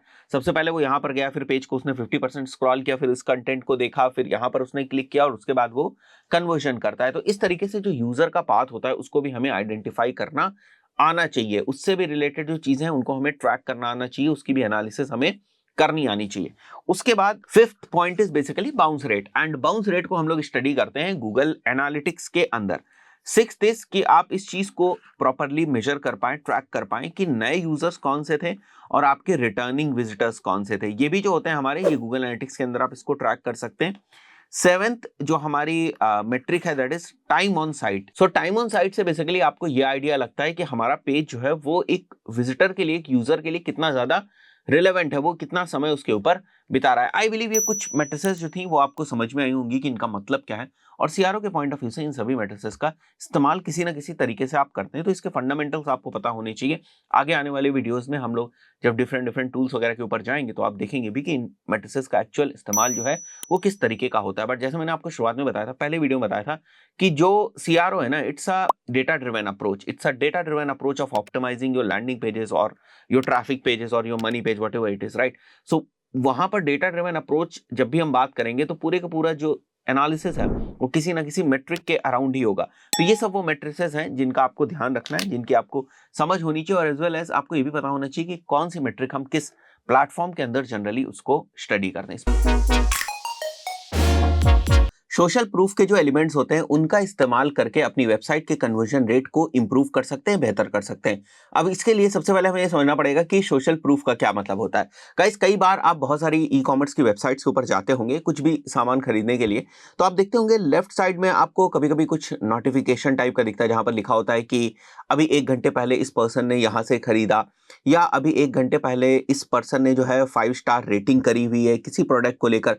तो इस टाइप के जो नोटिफिकेशंस हैं वो आपको दिखते होंगे। मैं अगर आपको इसकी इमेज दिखाना चाहूँ तो यहाँ पर आप देखकर इस चीज को और अच्छे तरीके से समझ सकते हैं। जैसे यहाँ पर आप देख रहे हैं ना, इस टाइप से आप बहुत सारी वेबसाइट्स के ऊपर जाते होंगे तो आप देखते होंगे कि someone has just purchase this product, right. तो this is basically an element of या a way of doing social proofing, right. So ये हम लोग भी करने वाले हैं, हम लोग इस चीज को सेटअप करने वाले हैं अपने इस वर्डप्रेस की वेबसाइट के ऊपर। तो इसके लिए वर्डप्रेस में तो बहुत ही आसान सा तरीका है कि बहुत सारी जो प्लगइन्स है वो अवेलेबल है। हम लोग कुछ टाइम से जो है एक स्पेसिफिक प्लगइन को यूज कर रहे हैं, तो उसी के बारे में आपको बता देता हूँ। तो ये प्लगइन है हमारी नोटिफिकेशन एक्स नाम से प्लगइन है, और इसके दोनों ही वर्जन है, फ्री वर्जन भी है, पेड वर्जन भी है। पेड वर्जन के अंदर जो है आपको कुछ और फैसिलिटीज मिल जाती, कुछ आप कस्टमाइजेशंस वगैरह हैं वो कर सकते हैं, जो लेबलिंग वगैरह है वो आप रिमूव कर सकते हैं। बाकी ये फ्री में भी आपका काम कर देगा। तो अगर आपको कॉन्सेप्ट केवल सीखना है, समझना है, तो फ्री में भी आप इसको यूज कर सकते हैं। तो what we are going to do for now is basically we are going to create a notification bar, right. वही जिसकी मैं बात कर रहा हूं, एक हम लोग सोशल प्रूफ के एलिमेंट को सेटअप करने जा रहे हैं और देखेंगे भी हमें हम लोग प्रैक्टिकली कि वो किस तरीके का दिखता है।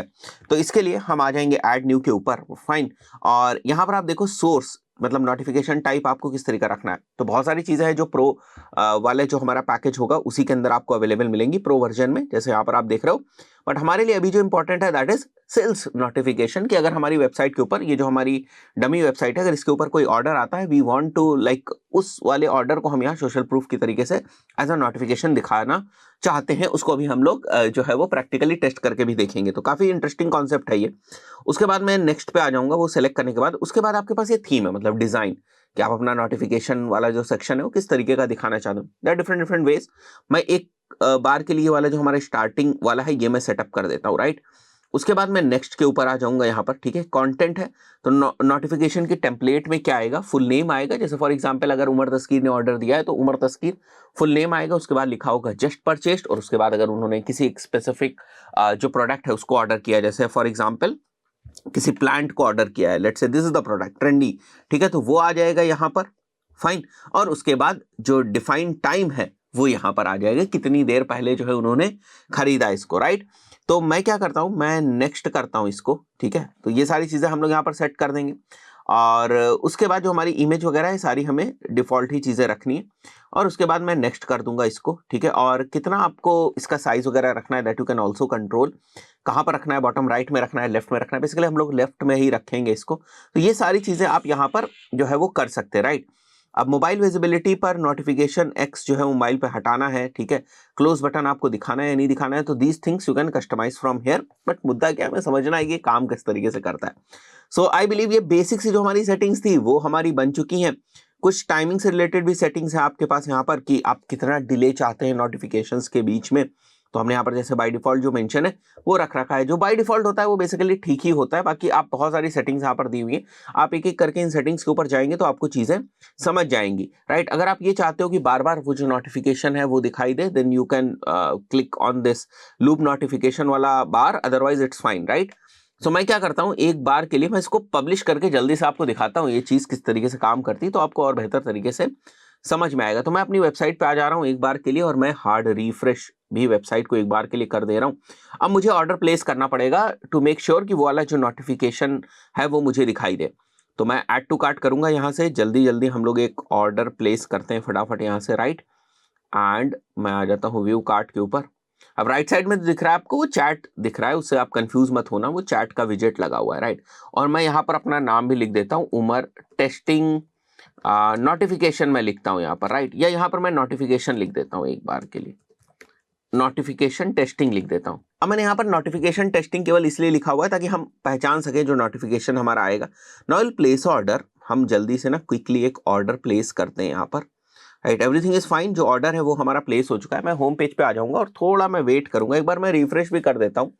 कई बार जो है कुछ इशू हो जाता है, कभी कभी कैशे का भी थोड़ा बहुत इशू हो सकता है, थोड़ा बहुत होता है कभी कभी, राइट। और मुझे यहाँ पर अभी थोड़ी देर में जो है वो जब नोटिफिकेशन पॉपअप होगा तो आप देखोगे उस नाम के साथ जो है वो नोटिफिकेशन पॉपअप होगा जो मैंने बेसिकली लगाया हुआ है, right. In the mean while अगर मैं चाहूँ तो एक बार के लिए मैं यहाँ से जो कुकीज़ वगैरह है उसको भी मैं क्लीन कर देता हूँ। मैं वापस एक बार के लिए इसको रिफ्रेश करता हूँ। सो यहाँ पर अभी आप देख सकते हो नोटिफिकेशन टी लिख के आ रहा है, राइट। वो जो नोटिफिकेशन टी मैंने रखा हुआ था टेस्टिंग बेसिकली, तो उसकी वजह से नोटिफिकेशन टी लिख के आ रहा है। अब क्योंकि वो टाइम की जो बाय डिफॉल्ट सेटिंग्स लगी थी 5-5 सेकंड की, इसकी वजह से जा रहा है। तो जस्ट परचेज ये आपको लिखकर यहाँ पर आ रहा है। तो आई बिलीव अभी आपको समझ में आ रहा होगा। और अगर आप बैकएंड में जाओगे ना, तो यहाँ पर प्रॉपर आपको दिखाई देगा कि उसके कितने व्यूज हुए हैं, क्या सारी चीजें हुई हैं, वो भी आपको थोड़ी सी एनालिटिक्स दिखाई देगी। तो ये छोटे छोटे एलिमेंट्स हैं। जब हम सीआरओ की बात करते हैं ना, कन्वर्जन रेट ऑप्टिमाइजेशन की, आप देखोगे कन्वर्जन रेट ऑप्टिमाइजेशन में कभी भी आपको कोई बहुत ही भारी भरकम चीज नहीं दिखाई देगी। वो छोटे ही छोटी चीजें होती है, छोटी ही छोटी ट्वीक्स होते हैं जो हम लोग बेसिकली करते हैं, जो कुछ हद तक हमारे जो कन्वर्जन रेट है उसको इन्फ्लुएंस कर देते हैं पॉजिटिव डायरेक्शन में, और उसी का फायदा हम लोग उठाते हैं। आई बिलीव आपको ये कॉन्सेप्ट समझ में आ गया होगा। मार्केट में बहुत सारी प्लगइन्स है, बहुत सारे तरीके हैं, बट मेरा एक कॉन्सेप्ट था केवल आपको बताने का कि अगर आपकी कोई ई कॉमर्स रिलेटेड वेबसाइट है तो इस चीज को भी आप मेंशन कर सकते हैं, क्योंकि इस चीज को समझने की कोशिश करिए। सोशल प्रूफ एक बहुत इंपॉर्टेंट चीज है। फॉर एग्जाम्पल, मैं कोई प्रोडक्ट खरीदने जाता हूं और मुझे वहां पर नोटिफिकेशन दिखता है, तो एक तरीके से मुझे लगता है कि हाँ भाई, मैं भी ले सकता हूं ये प्रोडक्ट, क्योंकि अभी अभी ना किसी और ने भी खरीदा है। तो ये एक चीज होती है, एक सोशल प्रूफ होता है जिससे आपको बेनिफिट मिलेगा। कि जो हमारा प्रोडक्ट पेज होता है उसका जो कन्वर्जन रेट है उसको हम लोग किस तरीके से इंप्रूव कर सकते हैं, किन किन चीजों का हमें ध्यान रखना चाहिए। तो लगभग मेरे पास 10 पॉइंट है। मैं एक एक करके इन सभी चीजों को डिस्कस करता हूं आप लोगों से, किस तरीके से हम बेहतर सीआरओ कर सकते हैं, एक बेसिक सा सीआरओ कर सकते हैं हमारे प्रोडक्ट पेज के लिए। अब जब मैं प्रोडक्ट पेज की बात कर रहा हूं तो बेसिकली कहने का सीधा सा मतलब यह है कि हमारी कोई एक ई कॉमर्स वेबसाइट होगी, उसके प्रोडक्ट पेज से हम ज्यादा से ज्यादा कन्वर्जन लाना चाह रहे हैं, वहां पर हम कन्वर्जन रेट का ऑप्टिमाइजेशन करना चाह रहे हैं। तो मैंने कुछ पॉइंट्स लिखे हुए हैं। जैसे जो सबसे पहला पॉइंट है वो ये है कि आपको मेक श्योर करना है कि आप ट्रस्ट बैजेस का इस्तेमाल करें। जैसे पेमेंट रिलेटेड, आपने कई बार देखा होगा बहुत सारी वेबसाइट्स के ऊपर पेमेंट रिलेटेड ट्रस्ट बैजेस होते हैं। वीजा का बैच वहां पर लगा होता है, राइट। क्वालिटी रिलेटेड बहुत सारे ट्रस्ट बैचेस होते हैं। अगर आपके पास कोई सर्टिफिकेशन है, आपका कोई प्रोडक्ट इस टाइप का है जो सर्टिफाइड प्रोडक्ट है, तो उसके सर्टिफिकेशन के जो बैचेस हैं वो आप लगा सकते हैं। तो ये क्या चीजें करती हैं, ये बेसिकली जो सामने आपकी वेबसाइट के ऊपर आ रहा है, जो भी आपके प्रोडक्ट पेज के ऊपर आ रहा है, उसके अंदर एक ट्रस्ट डेवलप करते हैं और वहां से फिर कन्वर्जन होने के चांसेस जो है वो आपके बढ़ जाते हैं। तो ये पहला पॉइंट था। सेकंड जो हमारा पॉइंट है वो है कस्टमर रिव्यूज को लेकर। आपको क्या करना है, आपको कस्टमर रिव्यूज के ऊपर खासा फोकस करना है। कस्टमर रिव्यूज आपको लेकर आने, देखो ये हम लोगों को भी पता है कि जनरली इंडिया में क्या होता है कि लोग इतनी जल्दी रिव्यू नहीं देते हैं। पॉजिटिव रिव्यू तो बिल्कुल नहीं देते हैं, अगर निगेटिव रिव्यू है तो भले लोग डाल दें जाकर तुरंत, बट पॉजिटिव रिव्यूज जो है वो लोग इतनी जल्दी नहीं डालते हैं। तो आपको ना थोड़ी सी मेहनत करनी पड़ेगी। यहाँ पर आपके जो कस्टमर्स हैं, प्रीवियस बायर्स हैं, उनको आपको बात करना पड़ेगा, कम्युनिकेट करना पड़ेगा, वहां पर जो रिव्यूज है वो आपको डलवाने पड़ेंगे। तो ये सारी चीजें ना आपका जो कन्वर्जन रेट है उसको इंपैक्ट करती हैं पॉजिटिव वे में। मेक श्योर करें कि आप यूजीसी कंटेंट को यूज करें प्रोडक्ट पेज पर। जहां पर भी आप यूजीसी कंटेंट को यूज कर सकते हैं आप यूज करें। जैसे फॉर एग्जांपल कि मान के चलते हैं कि अगर मैं रिव्यूज की ही बात कर रहा हूं, तो जब आप कस्टमर से रिव्यूज डलवा रहे हैं तो वहां पर रिव्यूज भी हो, ठीक है, रिव्यू के साथ साथ मतलब टेक्स्ट फॉर्मेट में रिव्यू मेंशन करने का भी ऑप्शन हो। बहुत सारी वेबसाइट्स के ऊपर आपने देखा ही होगा। साथ ही साथ वहां पर रेटिंग्स डालने का भी ऑप्शन हो, और साथ ही साथ वो अगर प्रोडक्ट की इमेजेस भी वहां पर अपलोड कर सकते हैं तो और भी अच्छी चीज है। तो प्रोडक्ट पेज के ऊपर जहां कहीं भी अगर आपको लगता है कि आप यूजीसी कंटेंट का जो है इस्तेमाल कर सकते हैं, वो आपको करना चाहिए। कई बार आपने बहुत सारी वेबसाइट्स के ऊपर कुछ इस तरीके से भी देखा होगा, जहां पर जैसे फॉर एग्जांपल ये हमारा प्रोडक्ट पेज है, ये प्रोडक्ट की इमेजेस हैं, यहां पर आप देखते हो यूजीसी इमेजेस है। यूजीसी इमेजेस का मतलब यूजर जनरेटेड जो कंटेंट होता है उसकी मैं बात कर रहा हूं। फॉर एग्जांपल अगर आप ये टी शर्ट सेल कर रहे हैं, तो ये टी शर्ट एक रियल पर्सन के ऊपर किस तरीके की दिखाई देगी उसको भी यहां पर जो है वो शो कराया जाता है यहां पर, राइट, इन इमेजेस के अंदर। तो प्रोडक्ट पेज के ऊपर जितनी आपको अपॉर्चुनिटीज मिल रही है यूजीसी कंटेंट को डालने की, उन सभी के ऊपर आपको फोकस करने की जरूरत है। यूजीसी मतलब अगेन यूजर जनरेटेड कंटेंट, और वहां से बहुत ज्यादा ट्रस्ट आता है। देखो ये सारा गेम ट्रस्ट का ही है। जब लोग आपका जो प्रोडक्ट पेज है उसको ट्रस्ट करेंगे, तभी लोग वहां से जो है वो परचेज भी करेंगे, और तभी जो लोग आपकी वेबसाइट के ऊपर आए हैं और उनमें से जो परचेजर्स हैं, जो कन्वर्ट कर रहे हैं, उसका रेशियो बेहतर होगा, तभी आपका जो कन्वर्जन रेट है वो अच्छा होगा। If there is a discount so clear discount percentage. देखो मैंने क्या देखा है, बहुत बार क्या होता है कि जैसे फॉर एग्जांपल आपने 1000 रुपीज का प्राइस जो है वो वहां पर मार्क किया हुआ है। अब आप क्या कर रहे हो, उसको कट करके आप यहां पर दिखा दे रहे हो लेट्स से 700 रुपीज। तो अगर ये आप कट करके दिखा रहे हो यहाँ पर ऑफ है ना, तो क्लियर आपको बड़ा बड़ा ना यहाँ पर मेंशन करना है कि 30% ऑफ है।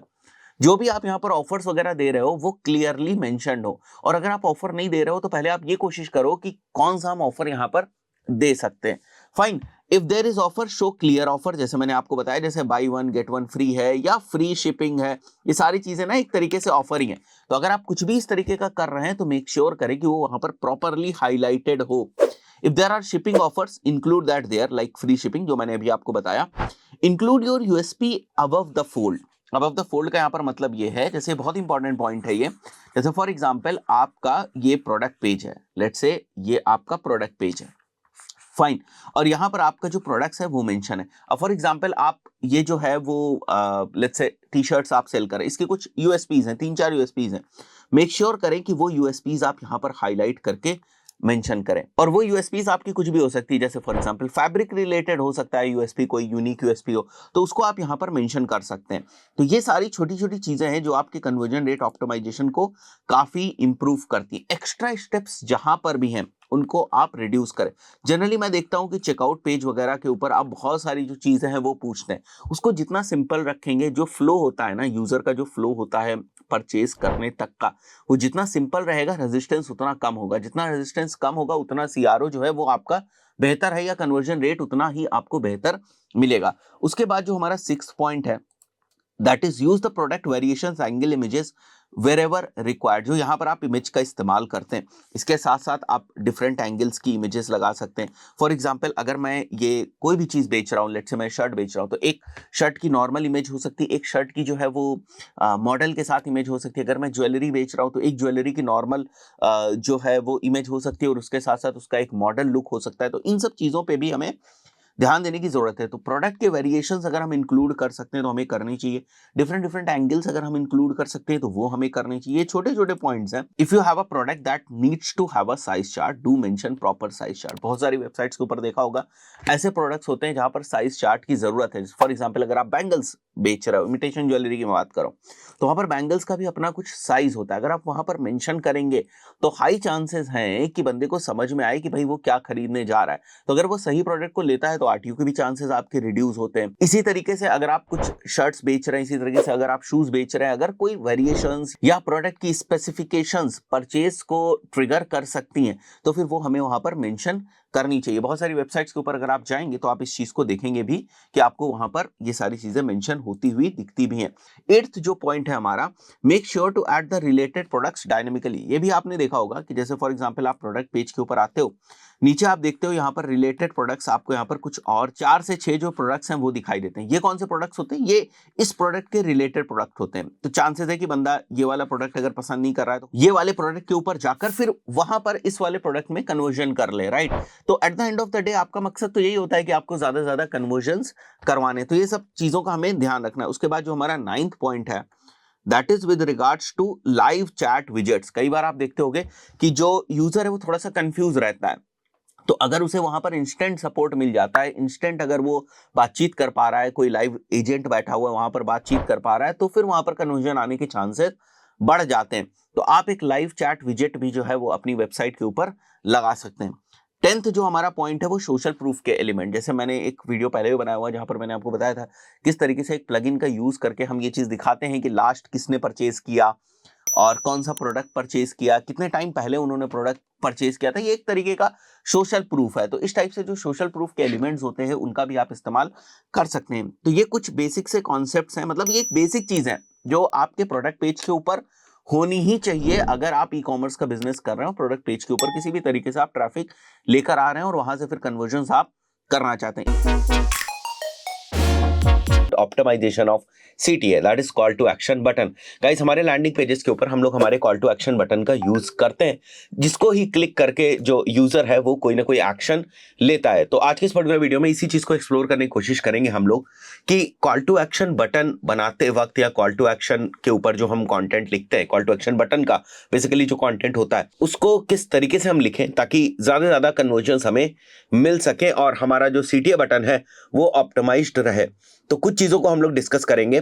राइट। तो जैसे कि आप देख सकते हो यहाँ पर जो सबसे पहला पॉइंट है वो ये है, it should make people act quickly. मतलब आप जब भी कॉल टू एक्शन बनाएं, आप खुद देखें एज अ यूजर, आप उसको समझने की कोशिश करें कि अगर मैं इस लैंडिंग पेज के ऊपर जाता हूं तो ये कॉल टू एक्शन का जो कंटेंट है, जो टेक्स्ट है, क्या ये मुझे अपील कर रहा है, क्या मुझे लग रहा है कि मैं इसके ऊपर क्लिक करूंगा। तो आप इस चीज का कंफर्मेशन जरूर लें, मेक श्योर करें कि लोग जो है आपके कॉल टू एक्शन के ऊपर एक्ट करें, उसके ऊपर एक्शन ले।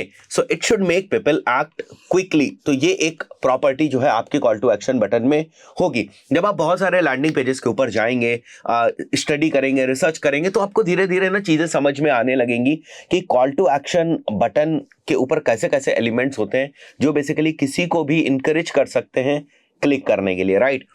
सेकंड जो इंपॉर्टेंट चीज है वो ये है कि आखिर लोग क्यों क्लिक करेंगे।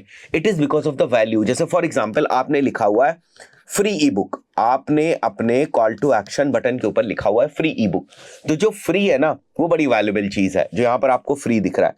तो ये वो सारी चीजें होती हैं जो आपके कॉल टू एक्शन बटन में वैल्यू वाले एलिमेंट को ऐड करती हैं और लोग उसके ऊपर क्लिक करते हैं और एक्शन लेते हैं। तो इस चीज को भी हमें ध्यान में रखना है। Third is use first person. इसको मैंने देखा है बहुत सारे लोग इग्नोर कर जाते हैं। जैसे अगर आप किसी को ई बुक डाउनलोड करा रहे हैं तो आप मेंशन करें gate your free e book, ठीक है। आप देख रहे हैं योर, जो आपको यहां पर योर दिख रहा है, दिस इज बेसिकली कि आप एज फर्स्ट पर्सन यहां पर रेफर करें। ऐसे नहीं, मी नहीं होना चाहिए ना, गेट योर, आप सामने वाले पर्सन को रेफर करते हुए जो है वो कॉल टू एक्शन का टेक्स्ट लिखते हैं। आई बिलीव ये चीज भी आपको क्लियर हुई होगी। आगे बढ़ते हैं। It should be visually clear, बहुत ही इंपॉर्टेंट चीज है। Call to action button visually clear होना चाहिए। विजुअली क्लियर होने का मतलब आपको उसके साइज पे, उसके कलर पे, कहां पर वो लैंडिंग पेज में है, इन सब चीजों के ऊपर ध्यान देने की जरूरत है, तभी वो जो है विजुअली डिस्टिंग्विश्ड हो पाएगा। क्योंकि लैंडिंग पेज के ऊपर तो बहुत सारी चीजें होती है। जैसे मैं अगर कोई रैंडम सा एग्जांपल लूं यहां पर, तो आप देखो ये एक लैंडिंग पेज है, राइट, बहुत सारी चीजें। अब आप देखो अगर यहां पर जो बटन लगा हुआ है ये विजुअली डिस्टिंग्विश्ड है, बिल्कुल अलग हमें यहां पर दिखाई दे रहा है, अलग नजर आ रहा है। ऐसा नहीं कि यहां पर जो कंटेंट है उसी जैसा हमें लग रहा है कि बस कंटेंट के साथ ही साथ जो है ना हमारा कॉल टू एक्शन का एलिमेंट भी लगा हुआ है, ऐसा तो है नहीं। कॉल टू एक्शन बिल्कुल अलग हमें नजर आ रहा है और जो हमारा कंटेंट है वो बिल्कुल अलग हमें नजर आ रहा है, राइट। तो वो डिस्टिंग्विशेबल होना चाहिए, इसीलिए यहां पर लिखा हुआ है कि it should be visually clear with clear message. Message भी बहुत क्लियर होना चाहिए, बिल्कुल भी कंफ्यूजिंग नहीं होना चाहिए। सेकंड थॉट सामने वाले के दिमाग में नहीं आना चाहिए। जैसे download e book, buy now, try now, order free book, free e book, ये सारे क्या क्लियर है। ऑर्डर फ्री सैंपल क्लियर है, फ्री ई बुक क्लियर है, ठीक है। Buy now is a clear call to action, simple and clear, कोई confusion नहीं है। बट वहीं पर जो नॉन रिलेवेंट होते हैं, जैसे ई बुक आपने लिख दिया, अब ई बुक से पता नहीं चल रहा है कुछ, राइट। चेकलिस्ट आपने लिख दी, तो ठीक है, चेकलिस्ट से बात तो समझ में आ रही है बट क्लियर नहीं है, उतना क्लियर नहीं है। आई बिलीव अभी आपको डिफरेंस समझ में आ रहा होगा। न्यू ई बुक क्लियर नहीं है, get your e book, free e book, right, download your free e book.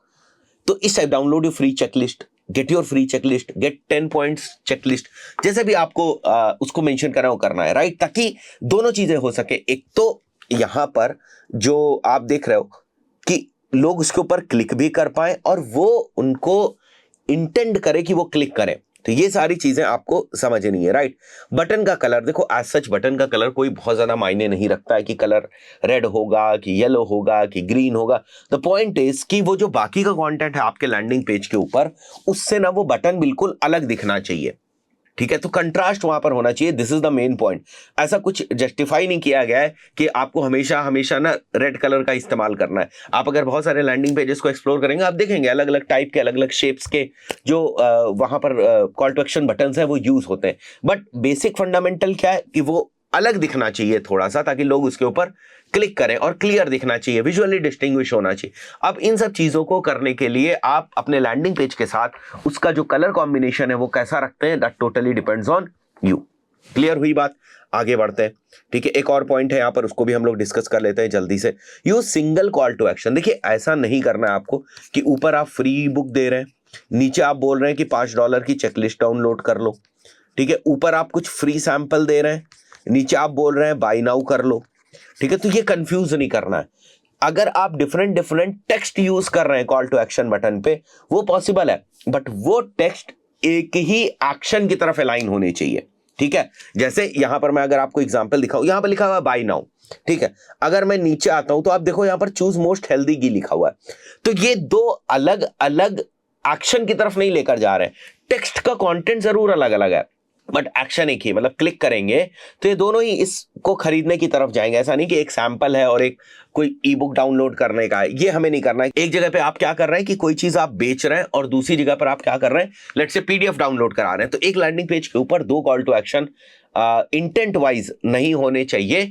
दो कॉल टू एक्शन इस तरीके से हो सकते हैं कि दोनों के ऊपर लिखा कुछ थोड़ा सा अलग अलग है बट उसकी जो इंटेंट है वो सेम डायरेक्शन में जा रही है। This is for the purpose of testing. इसीलिए फिर हम लोग माइक्रोसॉफ्ट क्लैरिटी वगैरह दूसरे जो हमारे हीट मैप्स के टूल्स हैं उनको इंस्टॉल करते हैं और देखते हैं कि किस कॉल टू एक्शन बटन के ऊपर जो है वो ज्यादा ट्रैक्शन आ रहा है। तो किस कॉल टू एक्शन बटन के ऊपर ज्यादा ट्रैक्शन आ रहा है, इसको देखने के लिए दूसरे दूसरे कॉल टू एक्शन बटन्स भी तो आपको बनाने पड़ेंगे और दूसरे दूसरे कॉल टू एक्शन बटन्स के ऊपर दूसरे दूसरे टाइप का टेक्स्ट भी लिखना पड़ेगा, तभी तो आप कंपैरिजन कर पाएंगे कि कौन सा जो कॉल टू एक्शन बटन है वो ज्यादा बेहतर तरीके से परफॉर्म कर रहा है। आई बिलीव कुछ बेसिक्स है, बहुत ही बेसिक चीज है। देखिए क्या होता है डिजिटल मार्केटिंग में, आपको बेसिक्स के ऊपर ही सबसे पहले ध्यान देना है। अगर आप अपने बेसिक्स ठीक तरीके से इंप्लीमेंट कर देते हैं, बेसिक्स के ऊपर सही तरीके से काम करते हैं ना, तो वही सारी चीजें आपका काम कर देंगी। आपको कोई बहुत ज्यादा ना टिप्स ट्रिक्स ढूंढने की जरूरत पड़ती नहीं है, ये सारे फंडामेंटल्स। अगर इन फंडामेंटल्स के ऊपर भी आपने ठीक से काम किया तो 100% जो है वो आपको रिस्पांस देखने को मिलेगा। आप एक बेहतर call to action button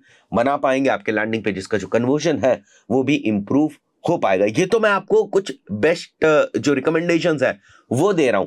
analysis बाद में होती है, एनालिसिस सेकंड स्टेप में होती है कि मैंने ये कर दिया, अब इसको मुझे एनालाइज करना है किसी टूल के अंदर। लेट्स से गूगल एनालिटिक्स के अंदर थोड़ी बहुत चीजें हम एनालाइज कर लेते हैं, थोड़ी बहुत चीजों के लिए हमें फिर जो है हीट मैप टूल्स की तरफ जाना ही पड़ता है। देखिए सीआरओ अगर आपको करना है, कन्वर्जन रेट ऑप्टिमाइजेशन, तो अकेले गूगल एनालिटिक्स के बस की बात है नहीं। आपको ना कोई इस टाइप का जो हीट मैप वाला हमारा टूल होता है, बेसिकली यूजर के बिहेवियर को स्टडी करने वाला, बहुत सारे आज के टाइम में मार्केट में तो बहुत सारे टूल्स अवेलेबल, उनका सहारा लेना ही पड़ेगा, राइट। माइक्रोसॉफ्ट क्लैरिटी फ्री में आ जाने की वजह से हमारा काम बहुत ज्यादा आसान हो जाता है, स्पेशली छोटे प्रोजेक्ट्स के ऊपर। हम लोग बात करने वाले हैं about F&Z pattern designs on our web pages या फिर लैंडिंग पेज। देखिए क्या होता है, जब कभी भी कोई यूजर किसी भी वेब पेज को ब्राउज कर रहा होता है तो वो वेब पेज को ना एक पैटर्न में ब्राउज करता है, या उसकी जो नजर है ना वो वेब पेज के ऊपर एक पैटर्न की तरीके से जाती है। जैसे फॉर एग्जांपल वो पहले कुछ सेक्शन देखेगा, फिर कुछ सेक्शन देखेगा, फिर कुछ सेक्शन देखेगा। तो हम सही जगहों पर अपने एलिमेंट्स को, जो कि हमारे लैंडिंग पेज के ऊपर या हमारे वेब पेज के ऊपर होते हैं, उनको सही जगहों पर, जैसे फॉर्म है तो सही जगह पर, कॉल टू एक्शन है तो सही जगह पर, हेडिंग है तो सही जगह पर, उसको प्लेस कर पाए सही जगह पर। इसको बेसिकली समझा जाता है दो तरीकों के पैटर्न से।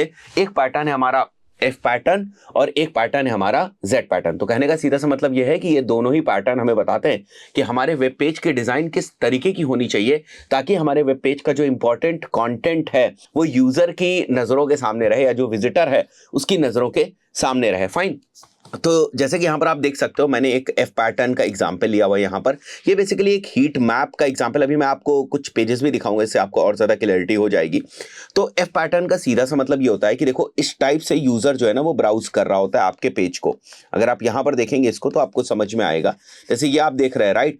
तो पहले क्या करता है यूजर, वो टॉप को देखता है, उसके बाद वो यहां आता है नीचे, अगर आपने कुछ पॉइंटर्स वगैरह मेंशन किए उसको देखता है, उसके बाद इस सेक्शन को देखता है, फिर वो इस सेक्शन को देखता है। तो जनरली या तो यूजर इस तरीके से कंटेंट को ब्राउज कर रहा होता है, या फिर ये जेट पैटर्न नहीं है, मैं केवल आपको बताने के लिए बता रहा हूं, या फिर वो इस तरीके से, राइट। यहां पर देखता है वो जो टॉप लाइंस होती है उसको, उसके बाद डायगोनली कंटेंट को देखता है वो, और उसके बाद यहां पर देखता है। तो आपको क्या लग रहा है कि आप अपने कंटेंट को, इंपॉर्टेंट कंटेंट को अगर यहां यहां यहां प्लेस करते हैं तो हाई चांसेस है कि वो यूजर की नजरों के सामने, या जो भी आपके पेज को ब्राउज कर रहा है उसकी नजरों के सामने जो है वो आएगा। सिमिलरली जेड पैटर्न में भी वही चीज है। फाइन। तो अब अगर मैं आपको इसका एग्जांपल दिखाऊं तो आपको और अच्छे से समझ में आएगा। जैसे यहां पर अगर आप देखो तो बिग कॉमर्स की वेबसाइट है and it is basically following the F pattern. ठीक है, अगर आपको देखना है समझिए। जैसे यहां पर ये वाला जो सेक्शन आप देख रहे हो, ये पहली वाली लाइन है F की, और उसके बाद नीचे आप आते हो यहां पर तो आपको देखने को मिल जाता है ये जो हमारे कॉल टू एक्शन वगैरह वो यहां पर दिख रहा है, राइट। यहां पर आप देखो तो बहुत ही ज्यादा कोई इंपॉर्टेंट चीज आपको नहीं दिख रही है। फाइन।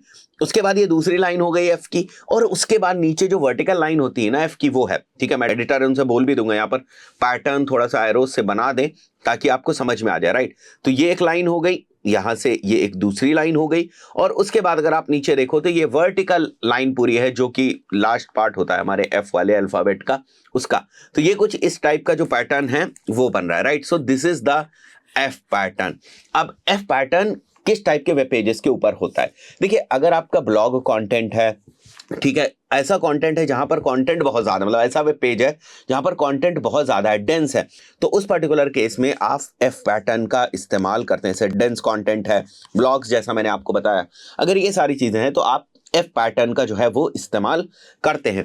उसी तरीके से जेड पैटर्न किस लिए बेहतर होता है? जब आप लैंडिंग पेजेस को डिजाइन कर रहे होते हैं तो वहां पर जेड पैटर्न जो है वो बेहतर माना जाता है। जैसे मैं अगर आपको यहाँ पर दिखाऊं तो इस टाइप से जेड पैटर्न होता है, राइट। तो अगर आप देखोगे तो यहाँ पर भी आपको ये देखने को मिलेगा, लैंडिंग पेज है मेरे पास एक, तो अगर आप देखें यहाँ पर तो यहाँ पर इंपॉर्टेंट चीजें हैं, देन डायगनली यहाँ पर आपको कुछ इंपॉर्टेंट चीजें दिख रही, देन यहाँ पर आपको कुछ इंपॉर्टेंट चीजें दिख रही। जब कोई यूजर ना किसी पेज को देखता है तो वो सारे एलिमेंट्स को नहीं देखता है, कुछ स्पॉट्स होते हैं जिसके ऊपर उसकी सबसे पहले नजर जाती है।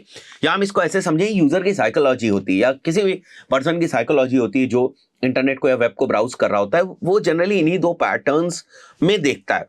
तो हम चाहते हैं कि हमारा जो क्रूशियल कंटेंट है, इंपॉर्टेंट कंटेंट है, वो इन्हीं पैटर्न्स में कहीं आ जाए। फाइन। तो एक छोटा सा एग्जांपल है कि किस तरीके से कन्वर्जन रेट ऑप्टिमाइजेशन को ध्यान में रखते हुए आपको समझ में आना चाहिए कि कौन सा पेज किस टाइप के पैटर्न को फॉलो कर रहा है, राइट। अब बिल्कुल नॉर्मल चीज अगर आप रख दोगे, किसी भी पैटर्न को फॉलो नहीं कर रहा है, तो वहां पर जो हो सकता है कि कुछ जो मेन आपका कंटेंट है, जो बहुत इंपॉर्टेंट कंटेंट है, वो बहुत नॉन इंपॉर्टेंट जगह पर चला जाए जहां पर लोगों की शायद नजर नहीं जाएगी, ठीक है।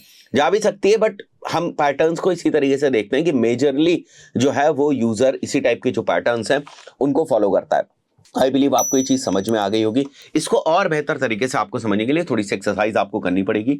डिफरेंट वेब पेजेस के ऊपर आप जाएं, डिफरेंट लैंडिंग पेजेस के ऊपर आप जाएं, उनको एनालाइज करने की कोशिश करें, समझने की कोशिश करें कि वो जेड पैटर्न को फॉलो कर रहे हैं या एफ पैटर्न को फॉलो कर रहे हैं। हीट मैप रिपोर्ट्स जो बेसिकली हमें देखने को मिलती है माइक्रोसॉफ्ट क्लैरिटी के अंदर।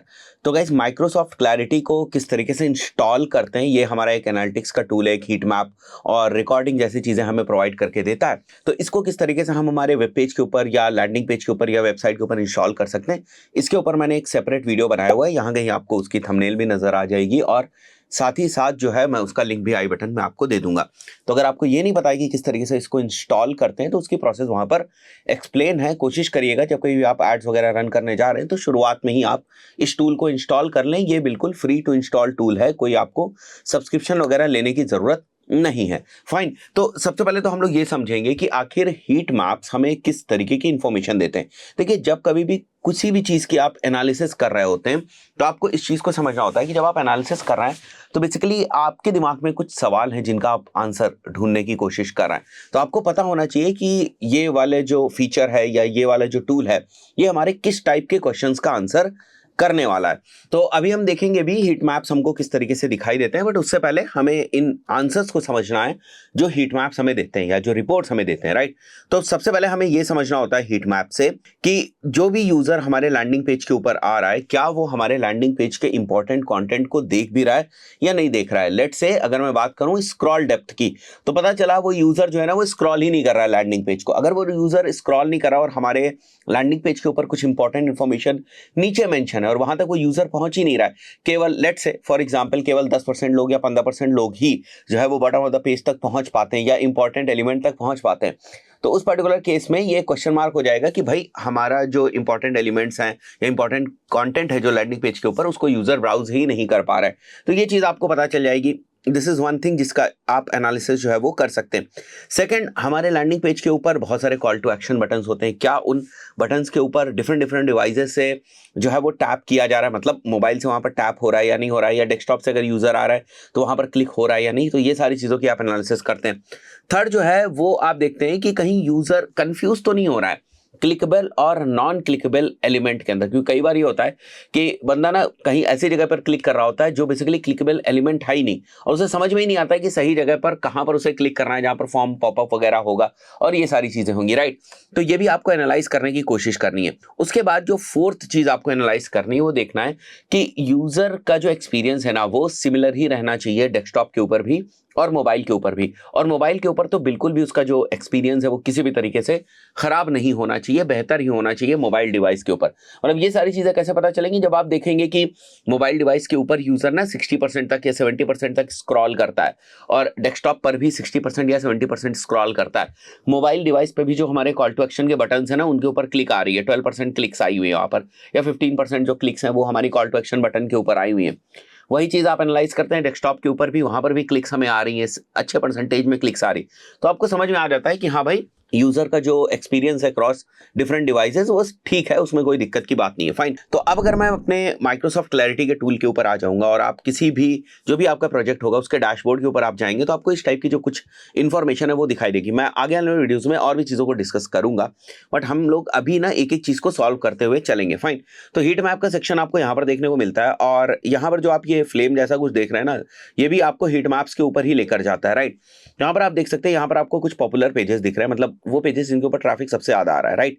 तो मैं जैसे कोई भी एक रैंडम सा पेज उठा लेता हूं, अब बहुत ही इंपॉर्टेंट चीज है यहाँ पर आप ध्यान समझिएगा, ये आपको हीट मैप वाले सेक्शन के ऊपर लेकर जाता है, फाइन। तो आपने एक पेज उठाया कि इस पेज का जो मुझे हीट मैप है उसकी प्रॉपर एनालिसिस जो है वो करनी है। अब आपको कुछ फिल्टर्स भी लगाने होते हैं या आपको कुछ सेगमेंटेशन भी करने होते हैं। फॉर एग्जाम्पल कि आप ये चाहते हो कि आप इस लैंडिंग पेज के ऊपर उन्हीं यूजर के बिहेवियर को, उन्हीं यूजर के इंटरैक्शंस की स्टडी करना चाहते हैं थ्रू हीट मैप जो लोग गूगल से आए हुए हैं, तो आप फिल्टर के ऊपर जाएंगे और यहाँ पर जो आपको ट्रैफिक दिख रहा है उसमें आप सोर्स में या मीडियम में या कैंपेन में आप कुछ चेंजेस कर देंगे, राइट। इसी तरीके से पाथ के बेसिस पे अगर आप करना चाहते हैं, इसी तरीके से पेज की ड्यूरेशन वगैरह के बेसिस पे अगर आप फिल्टर करना चाह रहे हैं, इसी तरीके से कुछ डिवाइस वगैरह के बेसिस पे अगर आप फिल्टर लगाना चाह रहे हैं, कंट्री या लोकेशन के बेसिस पे अगर आप फिल्टर लगाना चाह रहे हैं, that you can also do from here. तो यहाँ पर फिल्टर्स के ऊपर भी आपको ध्यान देने की जरूरत है। वो आप तब करते हैं जब जनरली आपके एक लैंडिंग पेज के ऊपर डिफरेंट डिफरेंट सोर्सेज से जो ट्रैफिक है वो आ रहा होता है। जनरली आप क्या करते हो, अपने ट्रैफिक को सेगमेंट करने के लिए आप यूटीएम पैरामीटर्स का इस्तेमाल कर लेते हैं, ताकि आप जो है वो सोर्स और मीडियम के हेल्प से बड़ी आसानी से सेगमेंट कर पाए कि ये ट्रैफिक जो है वो फेसबुक से आ रहा है, ये वाला जो ट्रैफिक है गूगल से आ रहा है, ये फेसबुक के इस एड से आ रहा है, ये गूगल के इस एड से आ रहा है। तो इस तरीके से आप यूटीएम पैरामीटर्स का जो इस्तेमाल है वो करके आप इस चीज को सेगमेंट कर लेते हैं या डिफरेंशिएट कर ले रहे हैं, उसके बाद फिर आप एनालाइज करते हैं। मैं अभी उस चीज को यहाँ पर नहीं कर रहा हूं, मैं मान के चल रहा हूं कि यहाँ पर कुछ ट्रैफिक जो है वो आ रहा है, फाइन। अब क्या होगा, यहां पर जब हम लोग आ जाते हैं तो आप देख सकते हो ये डिवाइस जो है हमारा पीसी सेलेक्टेड है, राइट। तो पीसी के ऊपर आप देखो कि आपको कहां पर क्लिक्स मिल रही है, राइट। तो मैं देख रहा हूं यहां पर मुझे कुछ क्लिक्स दिख रही है, ठीक है। आप देख रहे हो यहां पर कुछ टेम्परेचर टाइप का आपको दिख रहा होगा, यहां पर आपको कुछ क्लिक्स दिख रही है, परसेंटेज भी आपको यहां पर दिख रहा है। अभी और भी चीजें मैं आपको दिखाऊंगा।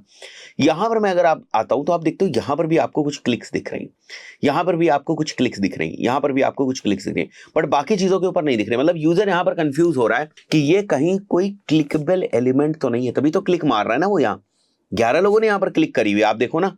ओवरऑल क्लिक्स में से लगभग 3% लोगों ने यहां पर क्लिक मारी हुई है, लगभग 2% लोगों ने यहां पर मारी हुई थी, 3 2 5 हो गया, और 2% यहां पर 7% क्लिक्स जो है वो यहां पर मारी गई, जबकि वो कॉल टू एक्शन नहीं है। और उसमें भी अगर मैं देखूं तो सभी कोर्सेज के ऊपर नहीं किया गया है क्लिक, कुछ स्पेसिफिक कोर्सेज के ऊपर अगर आप देखोगे तो क्लिक्स है, 2 क्लिक्स यहां हैं, ठीक है। यहां पर 8 क्लिक्स आप देख रहे हो, 9 क्लिक्स हैं। तो हमें ये समझ में आया कि कहीं इन कोर्सेस में तो बंदा नहीं इंटरेस्टेड है। तो हम देखेंगे कि हम हमारा जो साइट लिंक्स है वहां पर क्या हम इस टाइप के कोर्सेज को मेंशन कर रहे हैं, हम देखेंगे क्या हम इस टाइप के कीवर्ड्स को कैटर कर रहे हैं, क्या हम इस टाइप के कीवर्ड्स के लिए सेपरेट जो है वो लैंडिंग पेज बना सकते, क्योंकि स्पेशलाइज्ड है ना, एमबीए इन बिजनेस मैनेजमेंट है। तो इन सब चीजों की हम एनालिसिस करेंगे, राइट। तो ये अभी आपको बात समझ में आ रही है कि एनालिसिस हो रही है, राइट। नीचे मैं और आता हूं, यहां कहीं भी आपको क्लिक्स देखने को नहीं मिल रही है। उसके बाद देखोगे तो यहाँ पर हमारा कॉल टू एक्शन का एक बटन लगा हुआ है, इस पे बहुत ज्यादा क्लिक्स हमें नहीं देखने को मिली। मतलब ये वाला कॉल टू एक्शन का बटन जो है ना वो लोगों को इंकरेज नहीं कर पा रहा है, राइट। यहाँ पर तो फॉर्म ही है, फॉर्म ही के साथ इंटरेक्ट करके वो करेंगे, राइट। यहाँ पर भी हमें जो है वो बहुत ज्यादा क्लिक्स नहीं देखने को मिल रही। हमारा एक और बहुत important call to action button यहाँ पर है, यहाँ पर भी हमें क्लिक्स दिख रही हैं, पर उतनी ज्यादा अगर हम देखें तो क्लिक्स हमें नहीं दिखाई दे रही। तो आई बिलीव अभी आपको समझ में आ रहा होगा कि किस टाइप से इसके ऊपर इंटरेक्शन हो रहा है। ये तो पीसी की बात हो गई, हमें मोबाइल के ऊपर जाना है, राइट। और पीसी में भी आप क्लिक्स, ये तो क्लिक्स की बात हो गई। अब स्क्रॉल पे आ जाओ, कि यूजर कहां तक जा रहा है, तो मैं अगर देखता हूं सबसे नीचे, मैं सबसे पहले आ जाता हूं, मतलब 60% ऑफ द यूजर्स बिल्कुल बॉटम तक आते हैं, इट्स फाइन, कोई इशू बात नहीं, अगर थोड़ा और अच्छा होता तो बेहतर है ना। और अगर मैं यहां देखूं तो 75% ऑफ द पेज कंटेंट, लगभग 71% ऑफ द पीपल जो है वो 75% ऑफ द पेज देख रहा है। तो मैं इस चीज की भी एनालिसिस करूंगा, इसके नीचे कोई बहुत ही ज्यादा इंपॉर्टेंट एलिमेंट तो नहीं, इसके ऊपर ही है, कॉल टू एक्शन वगैरह, कोर्स की डिटेल इसके ऊपर है, राइट। और यहां पर अगर मैं देखूंगा, ठीक है, जो हमारा फोल्ड है, फोल्ड पे लगभग 90% है, तो यहीं से कुछ ड्रॉप हो जाते होंगे शुरुआत में ही, पर 75% देखने वाले, जो हमारे पेज को देखने वाले लोग हैं, वो लगभग 71%, 72% लोग हैं, जो कि एक अच्छा नंबर है। उसके बाद अगर मैं क्लिक्स वगैरह को एरिया के बेसिस पे एनालाइज करना है कि कहाँ पर सबसे ज़्यादा क्लिक्स आई हैं, तो 10% की क्लिक्स यहाँ पर आई हैं, ठीक समझ में आ रहा है हमें। कुछ यहाँ पर भी क्लिक्स आई तो लोग यहाँ पर भी कंफ्यूज हो रहे हैं कि ये कहीं कोई कॉल टू एक्शन नहीं है। यहाँ पर भी क्लिक्स आ रही है अच्छी खासी, तो अब आपको देखना है यहाँ पर क्लिक्स आनी चाहिए थी या नहीं आनी चाहिए थे। मुझे लगता है यहाँ पर क्लिक्स हमें मिलनी चाहिए थी, क्योंकि यहाँ पर जो क्लिक्स है वो बंदा ना स्पेसिफिक कोर्स के ऊपर जाना चाह रहा है। तो अब हम ये सोच सकते हैं यहाँ पर कि शायद अगर मैं यहाँ पर इसको क्लिकेबल बना दूं और क्लिक करने के बाद फॉर्म खोल दूं, तो शायद हमें कुछ और इंप्रूवमेंट्स देखने को मिल जाए, राइट। बट हम इसके लिए अलग से भी लैंडिंग पेजेस बना सकते हैं। तो आई बिलीव अभी आपको समझ में आ रहा होगा कि ये किस तरीके से काम कर रहा है, फाइन। अब आपको मोबाइल पे ना बड़े ध्यान से एनालिसिस करनी, इट इज वेरी इंपॉर्टेंट कि आप मोबाइल पे थोड़ा ध्यान से जो है ना वो फोकस करें, राइट। अब अगर मैं यहाँ पर आ जाता हूँ टैब पे, देखिए जो पीसी के ऊपर क्लिक्स होता है वही यहाँ मोबाइल के ऊपर टैब होता है। मैं थोड़ा सा इसको एक बार के लिए इस तरीके से सेलेक्ट कर लूंगा, सो दैट हमें पेज दिख जाए और वो जो चैट वगैरह का यहाँ पर आ रहा है वो हट जाए। तो अगर आप मोबाइल पे देखो, ये लास्ट 3 डेज की डेटा है, what I can do is, so यहाँ पर हमने जो है वो लास्ट 7 डेज सेलेक्ट कर लिया है। Now if we come back over here, तो आप देख सकते हो यहाँ पर आपको कहाँ कहाँ पर टैब्स जो है वो देखने को मिल रही है, राइट। जैसे यहाँ पर अगर आप देखोगे तो यहाँ पर आपको कुछ इंटरेक्शंस देखने को मिलेंगे। यहाँ पर अगर आप देखोगे 37 क्लिक्स आपको देखने को मिल रही, जो कि ठीक ठाक नंबर है, राइट।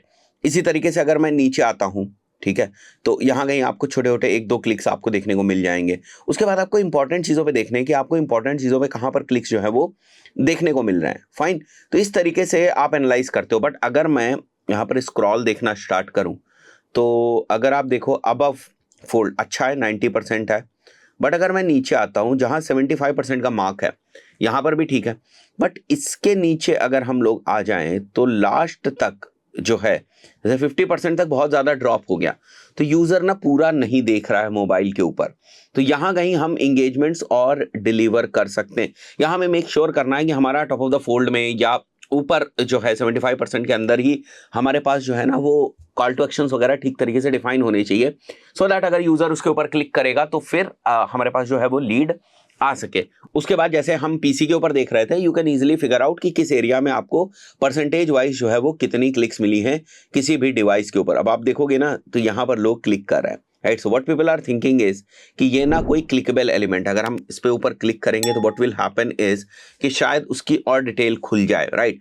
अब इससे भी पता चलता है कि लोग रिटेल मैनेजमेंट में दे आर नॉट इंटरेस्टेड, शायद सप्लाई चेन मैनेजमेंट में पीपल आर नॉट इंटरेस्टेड, ठीक है। बट अगर आप देखो तो बहुत सारी दूसरे जो हमारे कोर्सेज हैं उसमें लोग इंटरेस्टेड हैं, राइट।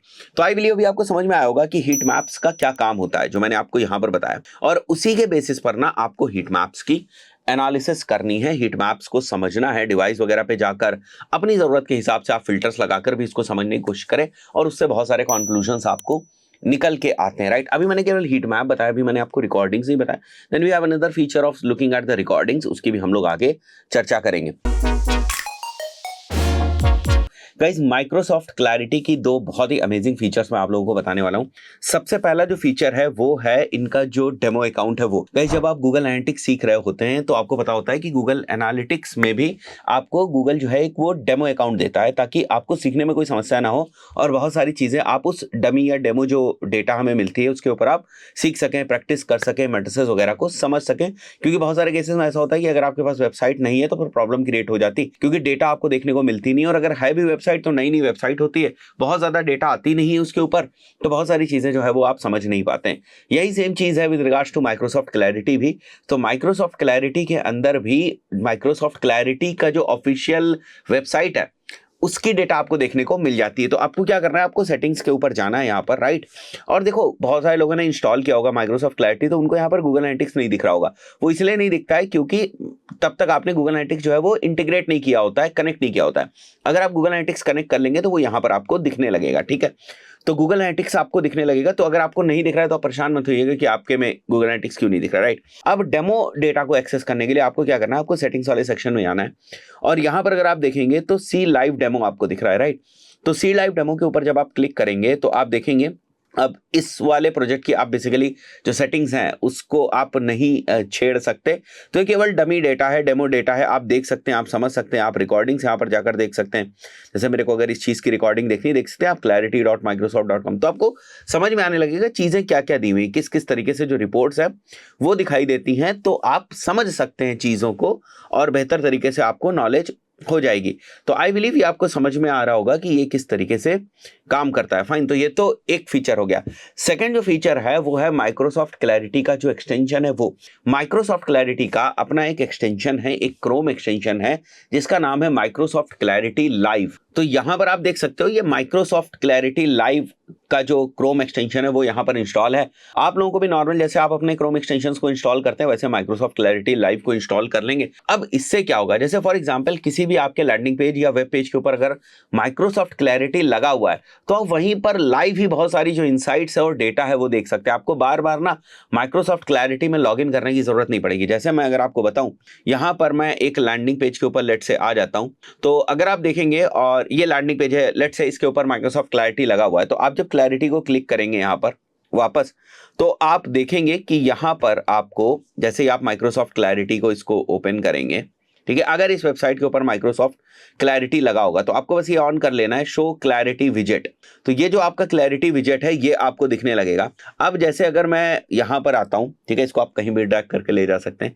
जैसे मैं व्यू हीट मैप के ऊपर क्लिक करूंगा, राइट, तो इस पर्टिकुलर लैंडिंग पेज के जो हीट मैप है वो मैं देख पाऊंगा, ठीक है। जैसे यहाँ पर अभी आपको हल्के हल्के कलर का कॉम्बिनेशन दिख रहा होगा क्योंकि जिस हिसाब से क्लिक्स आ रही होंगी उसी हिसाब से, यहाँ पर देखो आपको कुछ क्लिक्स दिख रही होंगी, राइट। तो जिस हिसाब से क्लिक्स आ रही होंगी उसी हिसाब से दिखेगी। यहाँ पर बहुत ज़्यादा कोई क्लिक्स नहीं है। अगर हम डेज बढ़ाना चाहें तो दैट वी कैन डू। जैसे मैं 30 डेज यहाँ पर कर देता हूँ तो हो सकता है तुमको थोड़ी सी डार्क यहाँ पर क्लिक्स जो है वो दिखने लगे। फाइन, ठीक है, जैसे यहाँ पर देखो आपको क्लिक्स दिख रही हैं, राइट, इसी तरीके से यहाँ पर आपको क्लिक्स दिख रहे हैं। तो ऑन द गो भी आप बहुत सारी जो एनालिसिस है वो कर सकते हैं और यहाँ पर क्लिक करके आप क्लैरिटी के जो ऑफिशियल वेबसाइट मतलब पोर्टल जो है वहाँ पर भी जा सकते हैं आप, जो बैकएंड में आपको पूरी रिपोर्ट वगैरह अगर देखनी है, कितने पेज व्यूज हुए वो आप देख लेंगे, कितने क्लिक्स हुए पिछले जो भी टाइम आप सेलेक्ट करते हैं वो आप देख लेते हैं। फाइन, उसके अलावा ये वाला सेकंड वाला जो सेक्शन है हमारा area map, that you can see कि कहाँ से क्लिक्स आ रही। You want to see the recordings also, you can go ahead and see the recordings also. तो ये एक बहुत ही हैंडी सा एक्सटेंशन है जो ऑन द गो आपको चीजें देखने में हेल्प कर देता है। तो आपको बार बार ना माइक्रोसॉफ्ट क्लैरिटी के ऊपर काम करने की जरूरत नहीं है, जाने की वहां पर जरूरत नहीं, बट हाँ वहां पर बहुत ही डिटेल्ड इन्फॉर्मेशन हमको मिलती है, इसमें कोई दो राय नहीं है। बट ऑन द गो भी अगर हमें बहुत सारी इन्फॉर्मेशन मिल जा रही है that is well and good. दोस्तों आशा करता हूँ वीडियो आपको पसंद आया होगा और समझ में आया होगा। ये दो छोटी छोटी चीजें हैं जो आपको आपके सीआरओ में काफी हेल्प करेंगी, क्योंकि माइक्रोसॉफ्ट क्लैरिटी जो है वो बेसिकली सीआरओ के लिए ही यूज किया जाता है। एक और ऑप्शन जो हमें माइक्रोसॉफ्ट क्लैरिटी प्लेटफॉर्म के अंदर देखने को मिलता है दैट इज रिकॉर्डिंग। वैसे तो हम लोग बहुत सारी चीज़ों की एनालिसिस करते हैं, बहुत सारे एनालिसिस हम लोग गूगल एनालिटिक्स से भी कर लेते हैं कि हमारी वेबसाइट के ऊपर जो ट्रैफिक है वो कहाँ से आ रहा है, ठीक है, किस पर्टिकुलर पेज के ऊपर ट्रैफिक आ रहा है, किन सोर्सेज से ट्रैफिक आ रहा है, किन डिवाइसेज से ट्रैफिक आ रहा है, किस स्क्रीन रिजोल्यूशन के डिवाइस से जो है वो ट्रैफिक आ रहा है। अगर हमने यूटीएम पैरामीटर्स डिफाइन किए होते हैं तो हमें पता चल जाता है कि उसका सोर्स और मीडियम क्या है। ऐसी बहुत सारी इंफॉर्मेशन जो है वो हमें बहुत सारे डिफरेंट जो हमारे एनालिटिक्स के टूल हैं उनसे पता चल जाती है। बट जो माइक्रोसॉफ्ट क्लैरिटी है या जो भी इस टाइप के जो हीट मैप टूल्स हैं उनमें एक फीचर बहुत ही ज़बरदस्त होता है और वो ये होता है कि जो भी यूज़र आपकी वेबसाइट या वेब पेज या लैंडिंग पेज के ऊपर आ रहा है वो एक्चुअली वेब पेज को किस तरीके से ब्राउज कर रहा है, किस तरीके से उसके साथ इंटरेक्ट कर रहा है, फाइन, कहाँ पर क्लिक कर रहा है, कहाँ पर नहीं क्लिक कर रहा है, स्क्रॉल करने में उसे कोई प्रॉब्लम तो नहीं हो रही, किस डिवाइस से वो आ रहा है। ये सारी चीज़ें अगर आपको रिकॉर्डिंग के फॉर्म में मिल जाए तो कितना ही बेहतर होगा, राइट। तो इसी फीचर को हम लोग एक्सप्लोर करने की कोशिश करते हैं और देखते हैं कि किस तरीके से हमें यहाँ पर चीजें देखने को मिलती हैं और सीआरओ के पॉइंट ऑफ व्यू से हम किन किन पॉइंट्स का ध्यान रखें ताकि हम फिर अपने लैंडिंग पेज को और बेहतर तरीके से जो है वो ऑप्टिमाइज कर सकें। तो अगर मैं रिकॉर्डिंग्स वाले सेक्शन में जाऊंगा तो यहाँ पर क्योंकि ये एक बहुत ही बेसिक सा लैंडिंग पेज है, तो आप देख रहे हो यहाँ पर आपको बहुत सारी जो रिकॉर्डिंग्स है वो दिख रही। तो जो भी लोग हमारे लैंडिंग पेज के ऊपर आ रहे हैं, जो भी लोग इस लैंडिंग पेज के ऊपर आ रहे हैं, इसके उसके ऊपर किस तरीके से नेविगेट कर रहे हैं, ये जो आप देख रहे हो ना नीचे जो आपको यहाँ पर दिख रहा है 24 सेकंड्स का, this is basically the recording. तो ये जो पूरा सेशन था ये 24 सेकंड का था, जो एक यूजर आया और ये जो टैब्स आप देख रहे हो या जो आप रिकॉर्डिंग देख रहे हो किस तरीके से हमारे लैंडिंग पेज को ब्राउज करा है। और उसी तरीके से यहाँ पर जो आप देखते हो, जैसे ये जो आप देख रहे हो, this is basically a click. अगर यूजर कहीं कोई क्लिक करता है तो आप एक एक चीज को आप एनालाइज कर सकते हैं कि यूजर फॉर्म तक पहुंच रहा है या नहीं पहुंच रहा है। अगर फॉर्म तक पहुंच रहा है तो वो भर नहीं रहा है, किस सेक्शन को वो ज्यादा देर तक देख रहा है, कहां पर वो ज्यादा क्लिक्स करने की कोशिश कर रहा है। तो ऐसी बहुत सारी चीजों का आप यहां पर ऑडिट कर सकते हैं। अब सबसे बड़ी जो समस्या यहां पर आती है वो ये होती है कि बेसिकली यहां पर जब आप बहुत ज्यादा ट्रैफिक ला रहे होते हैं अपने लैंडिंग पेज के ऊपर तो आपको बहुत सारी रिकॉर्डिंग जो है वो दिखाई देती है। अब ये दिक्कत होती है कि हम लास्ट 3 डेज के अंदर जैसे आप देखो बहुत सारी रिकॉर्डिंग्स आपको दिखाई दे रही है यहाँ पर, तो कौन सी रिकॉर्डिंग जो है वो हम देखें, ये कैसे डिसाइड करेंगे। तो जनरली जब मुझे सीआरओ करना होता है तो मैं बेसिकली जो थोड़े से ज्यादा ड्यूरेशन की जो रिकॉर्डिंग्स होती हैं उसको मैं एनालाइज करता हूं, और जो काफी कम ड्यूरेशन के रिकॉर्डिंग्स होती है जैसे 10 सेकंड की रिकॉर्डिंग है, 15 सेकंड की, उनको मैं जो है वो एनालाइज करने की कोशिश करता हूं। तो ज्यादा वाले में मुझे समझ में आता है कि आखिर वो किस तरीके से नेविगेट कर रहा है, क्या उसको ईज मिल रही है। और जो कम वाला होता है उसमें हम लोग ये एनालाइज करते हैं कि आखिर उसको प्रॉब्लम कहां पे हो रही है, कहां से वो एग्जिट मार जा रहा है, राइट। तो इसके लिए मैं आपको रिकमेंड करूंगा कि आप सबसे बेहतर आपके लिए है कि आप फिल्टर्स का ना बहुत ही अच्छे तरीके से इस्तेमाल करें।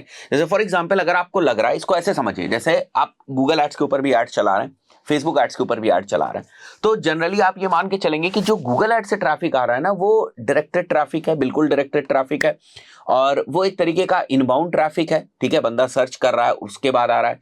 तो जो गूगल एड से ट्रैफिक आ रहा है हम चाहेंगे कि वो कन्वर्ट हो, तो उसका जो कन्वर्जन रेट है वो ज्यादा होता है। इनकेस अगर हम आउटबाउंड मार्केटिंग कर रहे हैं जैसे फेसबुक एड्स की अगर हम मार्केटिंग कर रहे हैं तो वहां पर जो कन्वर्जन रेट की मैं अगर बात करूं तो कन्वर्जन रेट जो है वो हमारा गूगल एड्स का थोड़ा सा इंप्रूव्ड होगा अगर कीवर्ड स्पेसिफिक हम जा रहे हैं। तो इस तरीके से आप इस चीज के एनालिसिस कर सकते हैं कि कल जैसे फॉर एग्जांपल गूगल एड्स के ऊपर हमने जो है वो इतना बजट लगाया जिससे इतना ज्यादा ट्रैफिक जो है वो हमारे लैंडिंग पेज के ऊपर आया। अब जो ट्रैफिक हमारे लैंडिंग पेज के ऊपर आ रहा है वो ट्रैफिक किस तरीके से कन्वर्ट हो रहा है नहीं हो रहा है, तो उसके आप एनालिसिस कर सकते हैं। तो गूगल एड्स का आपने कंपैरिजन कर लिया फेसबुक एड्स के साथ, इसी तरीके से आप डेज का कंपैरिजन कर सकते हैं कि जो ट्रैफिक वीकेंड्स में आ रहा है उसके कंपैरिजन में जो ट्रैफिक हमारा वीकडेज में आ रहा है उसमें क्या चीजें। तो काफी आपको एनालिसिस यहाँ पर करनी पड़ेगी और आपको चीजें समझ में आती है। देखिए कभी कभी तो हमें बहुत ही छोटी छोटी चीजें यहाँ से मिल जाती है। जैसे कई बार हमने देखा कि एक पर्सन जो है ना वो बार बार जो है फॉर्म भरने की कोशिश कर रहा था बट वो फॉर्म भर नहीं रहा था, तो वहां पर हमारे डेवलपमेंट एंड पे प्रॉब्लम थी, तो हम रेक्टिफाई कर पाए। ये कब हुआ, जो हमने देखा कि हम एड्स रन कर रहे हैं और हमें कन्वर्जन नहीं मिल रहा है, तो वापस हम गए माइक्रोसॉफ्ट क्लैरिटी में देखने के लिए कि आखिर क्यों कन्वर्जन नहीं आ रहा है, ट्रैफिक आ रहा है, क्लिक्स आ रहे हैं, लोग आ रहे हैं। तो हमें पता चला कि वहां पर जो हमारा फॉर्म है ना उस पर लोग कुछ क्लिक तो कर रहे हैं बट वो फॉर्म कुछ टेक्निकल प्रॉब्लम की वजह से उसको सबमिट नहीं कर पा रहा है। कभी मैसेज डिस्प्ले कर देता है, कभी नहीं कर देता है, तो जब नहीं कर रहा होता है लोगों को लगता है कि फॉर्म भर दिया। तो इस टाइप से चीजें आपको विजुअली जो है वो देखने को मिल जाएंगी, जो चीजें ना तो आपको हीट मैप से समझ में आएंगी ना ही आपको गूगल एनालिटिक्स जैसे टूल से समझ में आएंगी। तो आपको मेजरली ना यहाँ पर जो है फिल्टर्स उनसे आपको खेलना है कि रेज क्लिक्स आपको डिफाइन करने हैं, डेड क्लिक्स कौन से, मतलब क्लिक कर रहा है बट कुछ हो नहीं रहा है, that is basically dead clicks, ठीक है। इसी तरह यहाँ पर अगर आप देखोगे डेफिनेशन भी दिखेगी, user rapidly click dot tapped in the same small area, ठीक है, एक जगह पर एक कहीं टेक्स्ट लिखा हुआ पर बार बार ना क्लिक कर रहा है अगर, विच मींस दैट कि वो समझ नहीं पा रहा है कि क्लिक कहां पर करना है, दैट इज रेज क्लिक्स। इसी तरीके से डेड क्लिक्स होती है, user click dot tapped on a page with no effect, यहीं पर पेज पे क्लिक करा, उसे लग रहा है कि शायद यहाँ पर लिंक है बट वो जब क्लिक मार रहा है तो ना तो वो लिंक खोल रहा है ना कुछ खोल रहा है। तो you want to analyze the dead clicks, आप इसको सेलेक्ट करें, अप्लाई कर दें, the recordings with the dead clicks आप उनको देख पाएंगे। तो इससे आपको समझ में आता है एक्सेसिव स्क्रॉलिंग क्यों कर रहे हैं, ऐसा क्या हो रहा है कि लोग हमारे पेज के ऊपर आ रहे हो एकदम से ना पूरा पेज स्क्रॉल करके जा रहे हैं। If you want to analyze this thing you can go head और एक्सेसिव स्क्रॉलिंग को आप देख सकते हैं, क्विक बैक जो लोग कर रहे हैं।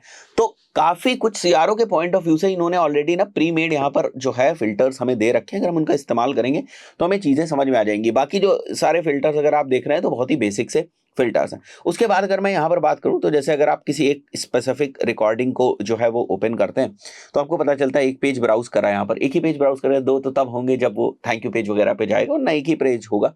कितनी ड्यूरेशन है, उस ड्यूरेशन में उसने कितने क्लिक्स मारे, किस डिवाइस से आया है, कहाँ से आया है, ये आपको पता चल रहा है। थोड़ी सी मोर डिटेल्स करेंगे तो जो ये इवेंट्स आपको देखने को मिल रहे हैं, जैसे पेज हिडन है, रिसाइज है, क्लिक्स है, रिसाइज है, ये सारे जो इवेंट्स है ना, ये by default Microsoft clarity is capable of recording these events. तो उससे हमें कुछ जो है वो सहायता मिल जाती। आई बिलीव आपको समझ में आ गया होगा हिटमैप्स और रिकॉर्डिंग का जो टूल है किस तरीके से काम करते हैं और आप इनका किस तरीके से इस्तेमाल कर सकते हैं। मैं फिर से बताऊंगा, एक बार ना आपको थोड़ी सी मेहनत करके अगर आप माइक्रोसॉफ्ट क्लैरिटी का इस्तेमाल करें तो प्लीज़ आप ये जो फिल्टर्स वाला सेक्शन है ना, इसको पूरा एक्सप्लोर करने की कोशिश करें, जिससे आपको समझ में आएगा कि अच्छा मैं कितने ग्रैनुलर लेवल पर जाकर मैं रिकॉर्डिंग्स की एनालिसिस कर सकता हूं। आई बिलीव बहुत सारी चीजें आपको क्लियर हो गई। जैसे यहां पर देखिए, इनसाइट्स और actions, cursor movement, enter text, किसी ने अगर कोई टेक्स्ट जो है वो किया हुआ है, सेलेक्टेड टेक्स्ट, रिसाइज पेज, तो बहुत सारे एक्शंस को भी यू कैन इजीली वॉच, उनकी रिकॉर्डिंग्स आप देख सकते हैं। If people are already online और ऑन योर लैंडिंग पेज, तो वो चीज you can figure out from here. No users online now जो आपको दिख रहा है, इसका मतलब ये होता है कि कोई अगर यूजर ऑनलाइन है उसकी एंट्री आपको दिख रही है, एंट्री कहाँ से हुई, एग्जिट कहाँ से हुई, ये सारी चीजें you can figure out over here. But majorly हम लोग क्या देखते हैं, सोर्स देखते हैं और फिर एक जनरल जो है वो आइडिया ले लेते हैं, उससे हमें समझ में आ जाता है कि नेविगेशन किस तरीके। रिकॉर्डिंग से बेसिकली आप यही समझना चाहते हैं कि यूजर का नेविगेशन कैसा है और कहीं पर ब्लॉकेज है या नहीं है। किस तरीके से हमारे लैंडिंग पेज की हमें कॉपी राइटिंग करनी है ताकि जो हमारा कन्वर्जन रेट ऑप्टिमाइजेशन है वो बेहतर रहे, इसी चीज को सीआरओ कॉपी राइटिंग भी जो है वो बोला जाता है। तो सबसे पहले तो हम लोग ये समझने की कोशिश करेंगे कि आखिर कॉपी राइटिंग जो है वो सीआरओ में कहां पर फिट होती है और इसकी जरूरत क्यों पड़ रही है, कॉपी राइटिंग को हम इतनी इंपॉर्टेंस क्यों दे रहे हैं, इस चीज को हम लोग सबसे पहले समझेंगे और उसके बाद इस चीज को समझने की कोशिश करेंगे कि आखिर कॉपी राइटिंग करते वक्त हमें किन किन चीजों का जो है वो ध्यान रखना है। अगर हम इन चीजों का ध्यान रखेंगे तो हम एक बेहतर कॉपी जो है वो लिख पाएंगे अपने लैंडिंग पेज के लिए और फर्दर फिर हमें वहां से कन्वर्जन्स जो है वो मिलेंगे। कुछ एग्जांपल्स भी हम लोग देखने की कोशिश करेंगे और उनसे भी समझने की कोशिश करेंगे।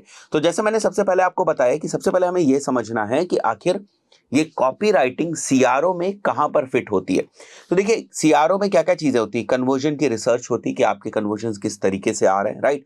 यूजर एक्सपीरियंस के ऊपर आप काम करते हैं, यूजर एक्सपीरियंस को आप इनहांस्ड करके रखते हैं ताकि आपको बेहतर जो है वो कन्वर्जन रेट मिल सके और आपका जो लैंडिंग पेज है वो सीआरओ के हिसाब से हो, कन्वर्जन रेट ऑप्टिमाइज्ड हो, फाइन। उसके बाद आप ए बी टेस्टिंग और पर्सनलाइजेशन के कॉन्सेप्ट जो है उनको भी डील करते हैं सीआरओ के अंदर, और उसके बाद वेबसाइट परसुएशन के भी कॉन्सेप्ट्स को आप समझते हैं सीआरओ के अंदर। तो वेबसाइट परसुएशन का मतलब ये होता है कि आपके लैंडिंग पेज या वेबसाइट के ऊपर जब बंदा आ जाता है उसके बाद उसके कंटेंट को पढ़कर कितना जो है वो कन्वर्जन करने वाला है, या उसका जो कंटेंट है वेबसाइट का लैंडिंग पेज का जो कंटेंट है वो किस तरीके से इन्फ्लुएंस कर रहा है उसको कन्वर्ट करने के लिए, या पुश कर रहा है किस तरीके से कन्वर्ट करने के लिए, परसुएट कर रहा है, right. So that is website persuasion. तो जो कॉपी राइटिंग का रोल है वो यहीं पर आता है, इस जगह पर कॉपी राइटिंग का रोल आता है, फाइन।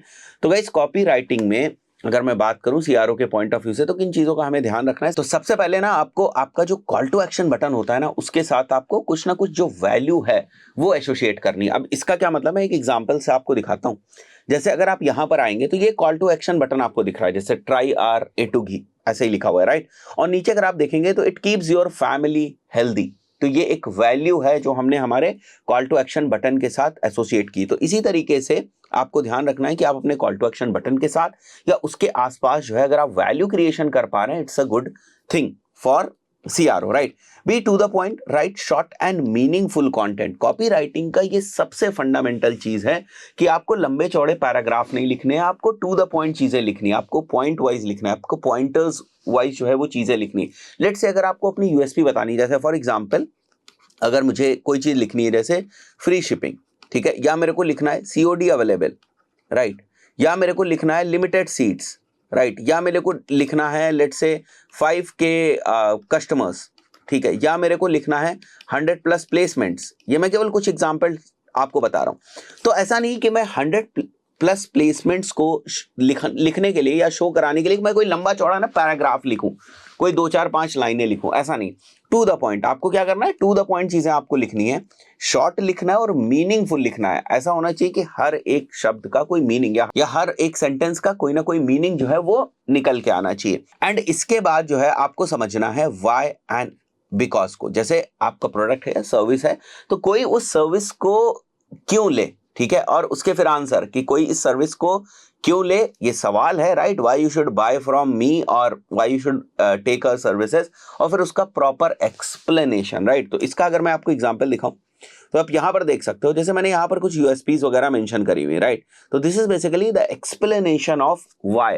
तो ये व्हाई का बिकॉज है। तो आपके लैंडिंग पेज के ऊपर इस टाइप के भी एलिमेंट्स होने चाहिए जहां पर आप क्वेश्चन जो होता है वो इस तरीके का होता है कि भाई कोई आपका जो प्रोडक्ट है, सर्विस है, वो क्यों ले, और उसके बाद उसका एक्सप्लेनेशन है, राइट। तभी यहां से जो है वो एक्शन ट्रिगर होगा। अगर ये दोनों चीजें होंगी, व्हाई होगा और उसके बाद आप बिकॉज को एक्सप्लेन कर पाएंगे लैंडिंग पेज के ऊपर, it will actually trigger action. और अगर एक्शन होगा तो कन्वर्जन होगा और आपका जो कन्वर्जन रेट है वो बेहतर होगा। फाइन।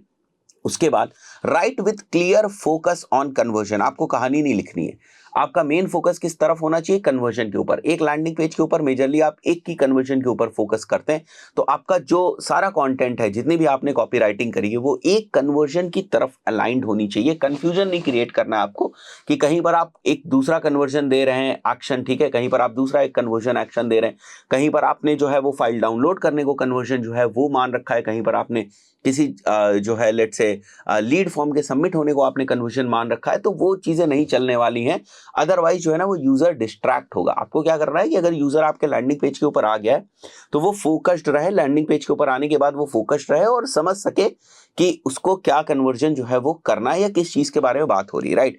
Repeat things. कई बार आपने देखा होगा, अगर आप लैंडिंग पेज को ऑब्जर्व करते हैं तो आपने देखा होगा कि एक लैंडिंग पेज के ऊपर बार बार जो है वो कॉल टू एक्शन मेंशन किया जाता है। एक लेंदी लैंडिंग पेज के ऊपर 3-4 बार जो है वो कॉल टू एक्शन मेंशन किया जाता है। वो इसीलिए होता है कि जब आप चीजों को रिपीट करते हैं ना तो वो परसुएशन पैदा करती है, राइट। लोगों को लगता है कि अच्छा ये बात फिर बोली जा रही है, फिर बोली जा रही है, फिर बोली जा रही है।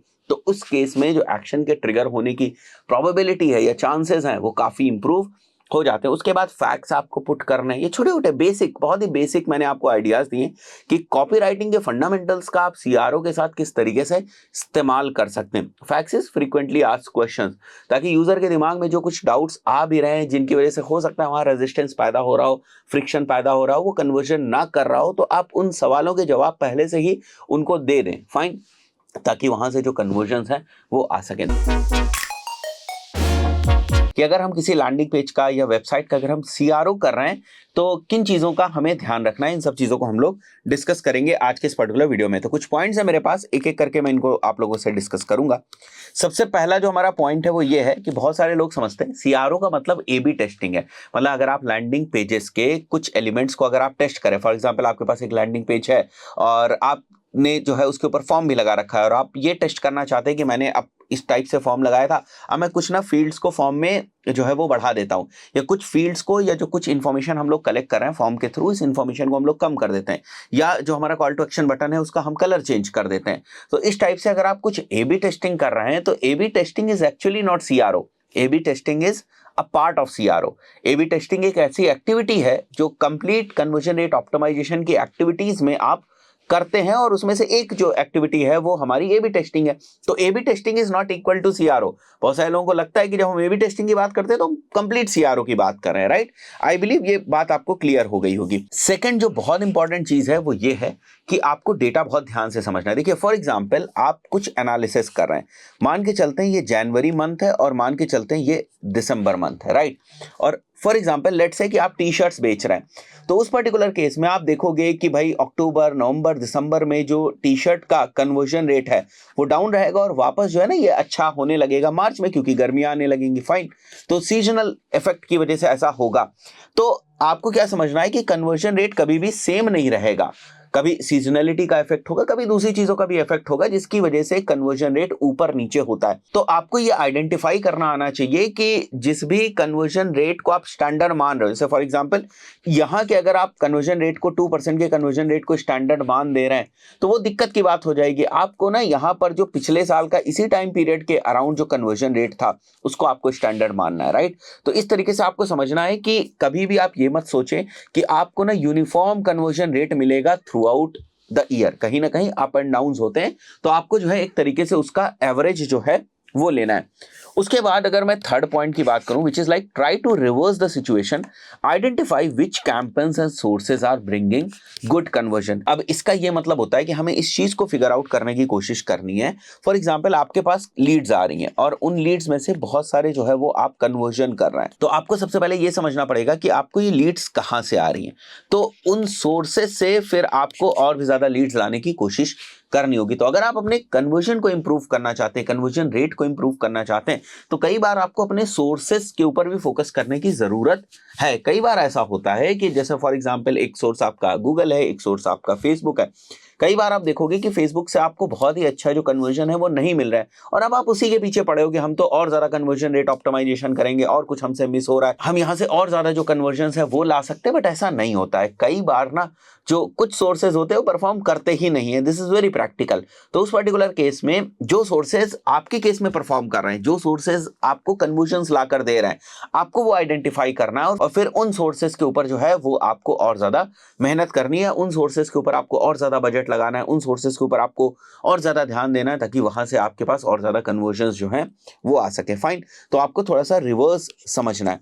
उसके बाद फोर्थ जो पॉइंट है, टेस्ट डू फेल। देखिए बहुत सारी आप ऐसी टेस्टिंग करेंगे जो फेल होंगे। इसका मतलब ये नहीं कि आप बंद कर दो और आप सोचो कि नहीं अब तो सीआरओ करने की जरूरत ही नहीं है, बहुत सारी चीजें जब फेल हो रही हैं तो काम ही नहीं करेगा। फाइन। तो वो आपको समझना पड़ेगा कि ये डिसीजन आपको कब लेना है कि ये चीज तो अब काम ही नहीं करेगी, हमने बहुत सारी जो है वो टेस्टिंग कर ली। But yes, the practical point is कि बहुत सारे ऐसे टेस्ट होते हैं जिनसे आपको कुछ नहीं समझ में आएगा और वो फेल होंगे ही होंगे। फाइन। इसका मतलब ये नहीं कि आप बिजनेसेस जो है अपने वो बंद कर देंगे, आपको लगेगा नहीं नहीं ये तो टेस्ट काम ही नहीं कर रहे हैं, अब तो हम ये बिजनेस ही नहीं करेंगे, या ये वाले लैंडिंग पेज कोई नहीं यूज करेंगे, या ये वाली सर्विस ही जो है वो नहीं देंगे, या इसके लिए हम डिजिटल मार्केटिंग ही नहीं करते हैं। तो ऐसी चीजें नहीं होती है। टेस्ट फेल होते हैं, आपको बार बार ना नई नई चीजों को ट्राई करना पड़ेगा। उसके बाद अगर मैं फिफ्थ पॉइंट की बात करूं, that is optimization fails on bad websites. कहने का मतलब बेसिक्स, कहने का मतलब फंडामेंटल्स।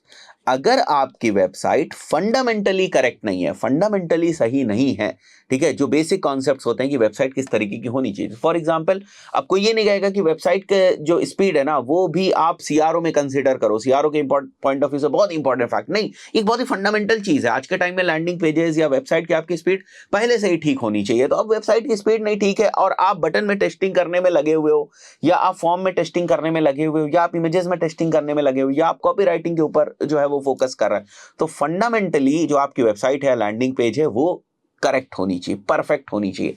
उसके बाद जो कॉम्प्लेक्स सिनेरियोज होते हैं उनको आपको ध्यान देने की जरूरत है। आई बिलीव पांचवा पॉइंट भी आपको समझ में आएगा। ये सब गलतियां होती हैं जो बेसिकली बिगिनर्स कर जाते हैं, उन्हें समझ में ही नहीं आता है कि वो सीआरओ कर रहे हैं या नहीं कर रहे हैं। Also look for granular data. बहुत ही छोटी डेटा होती है कि लोग कितना हमारे लैंडिंग पेज के ऊपर टाइम बिता रहे हैं, ठीक है, कितना स्क्रॉल कर रहे हैं, बाउंस रेट हमारा क्या है, वो लोग जिन्होंने कन्वर्जन किया हुआ है उनका पर्सोना क्या है, वो कैसे लोग हैं, क्या ऐसे और लोग हमारी वेबसाइट के ऊपर आ रहे हैं, या जो कन्वर्ट नहीं कर रहे हैं वो किस टाइप के लोग थे, उनका क्या पर्सोना था, उनका क्या बिहेवियर था।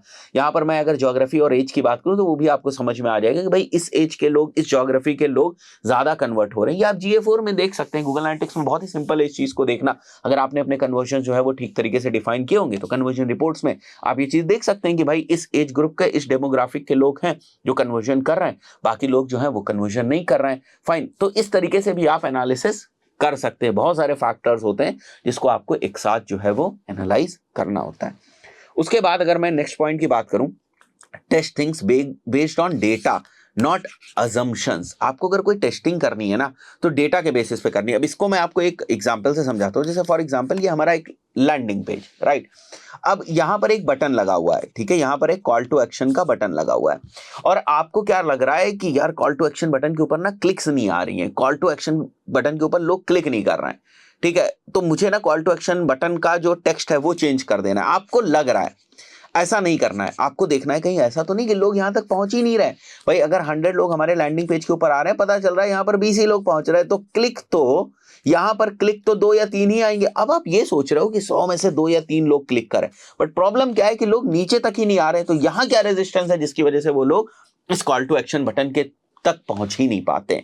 तो यू नीड टू आइडेंटिफाई कि प्रॉब्लम क्या है, ठीक है। You need to identify on the basis of data, not assumption, कि आपने सोच लिया कि यहां पर क्लिक्स नहीं आ रही हैं तो चलो इसका टेक्स्ट बदल देते हैं। This is not the point. आपको वेरीफाई करना पड़ेगा कि हाँ भाई यहां तक लोग तो आए हैं, लोग पहुंच रहे हैं यहां तक, इसके आसपास तक पहुंचे, बट आप बटन पे नहीं क्लिक कर रहे। नाउ द प्रॉब्लम इज कि हाँ हो सकता है कॉल टू एक्शन बटन के ऊपर जो कंटेंट लिखा है वो प्रॉब्लम हो।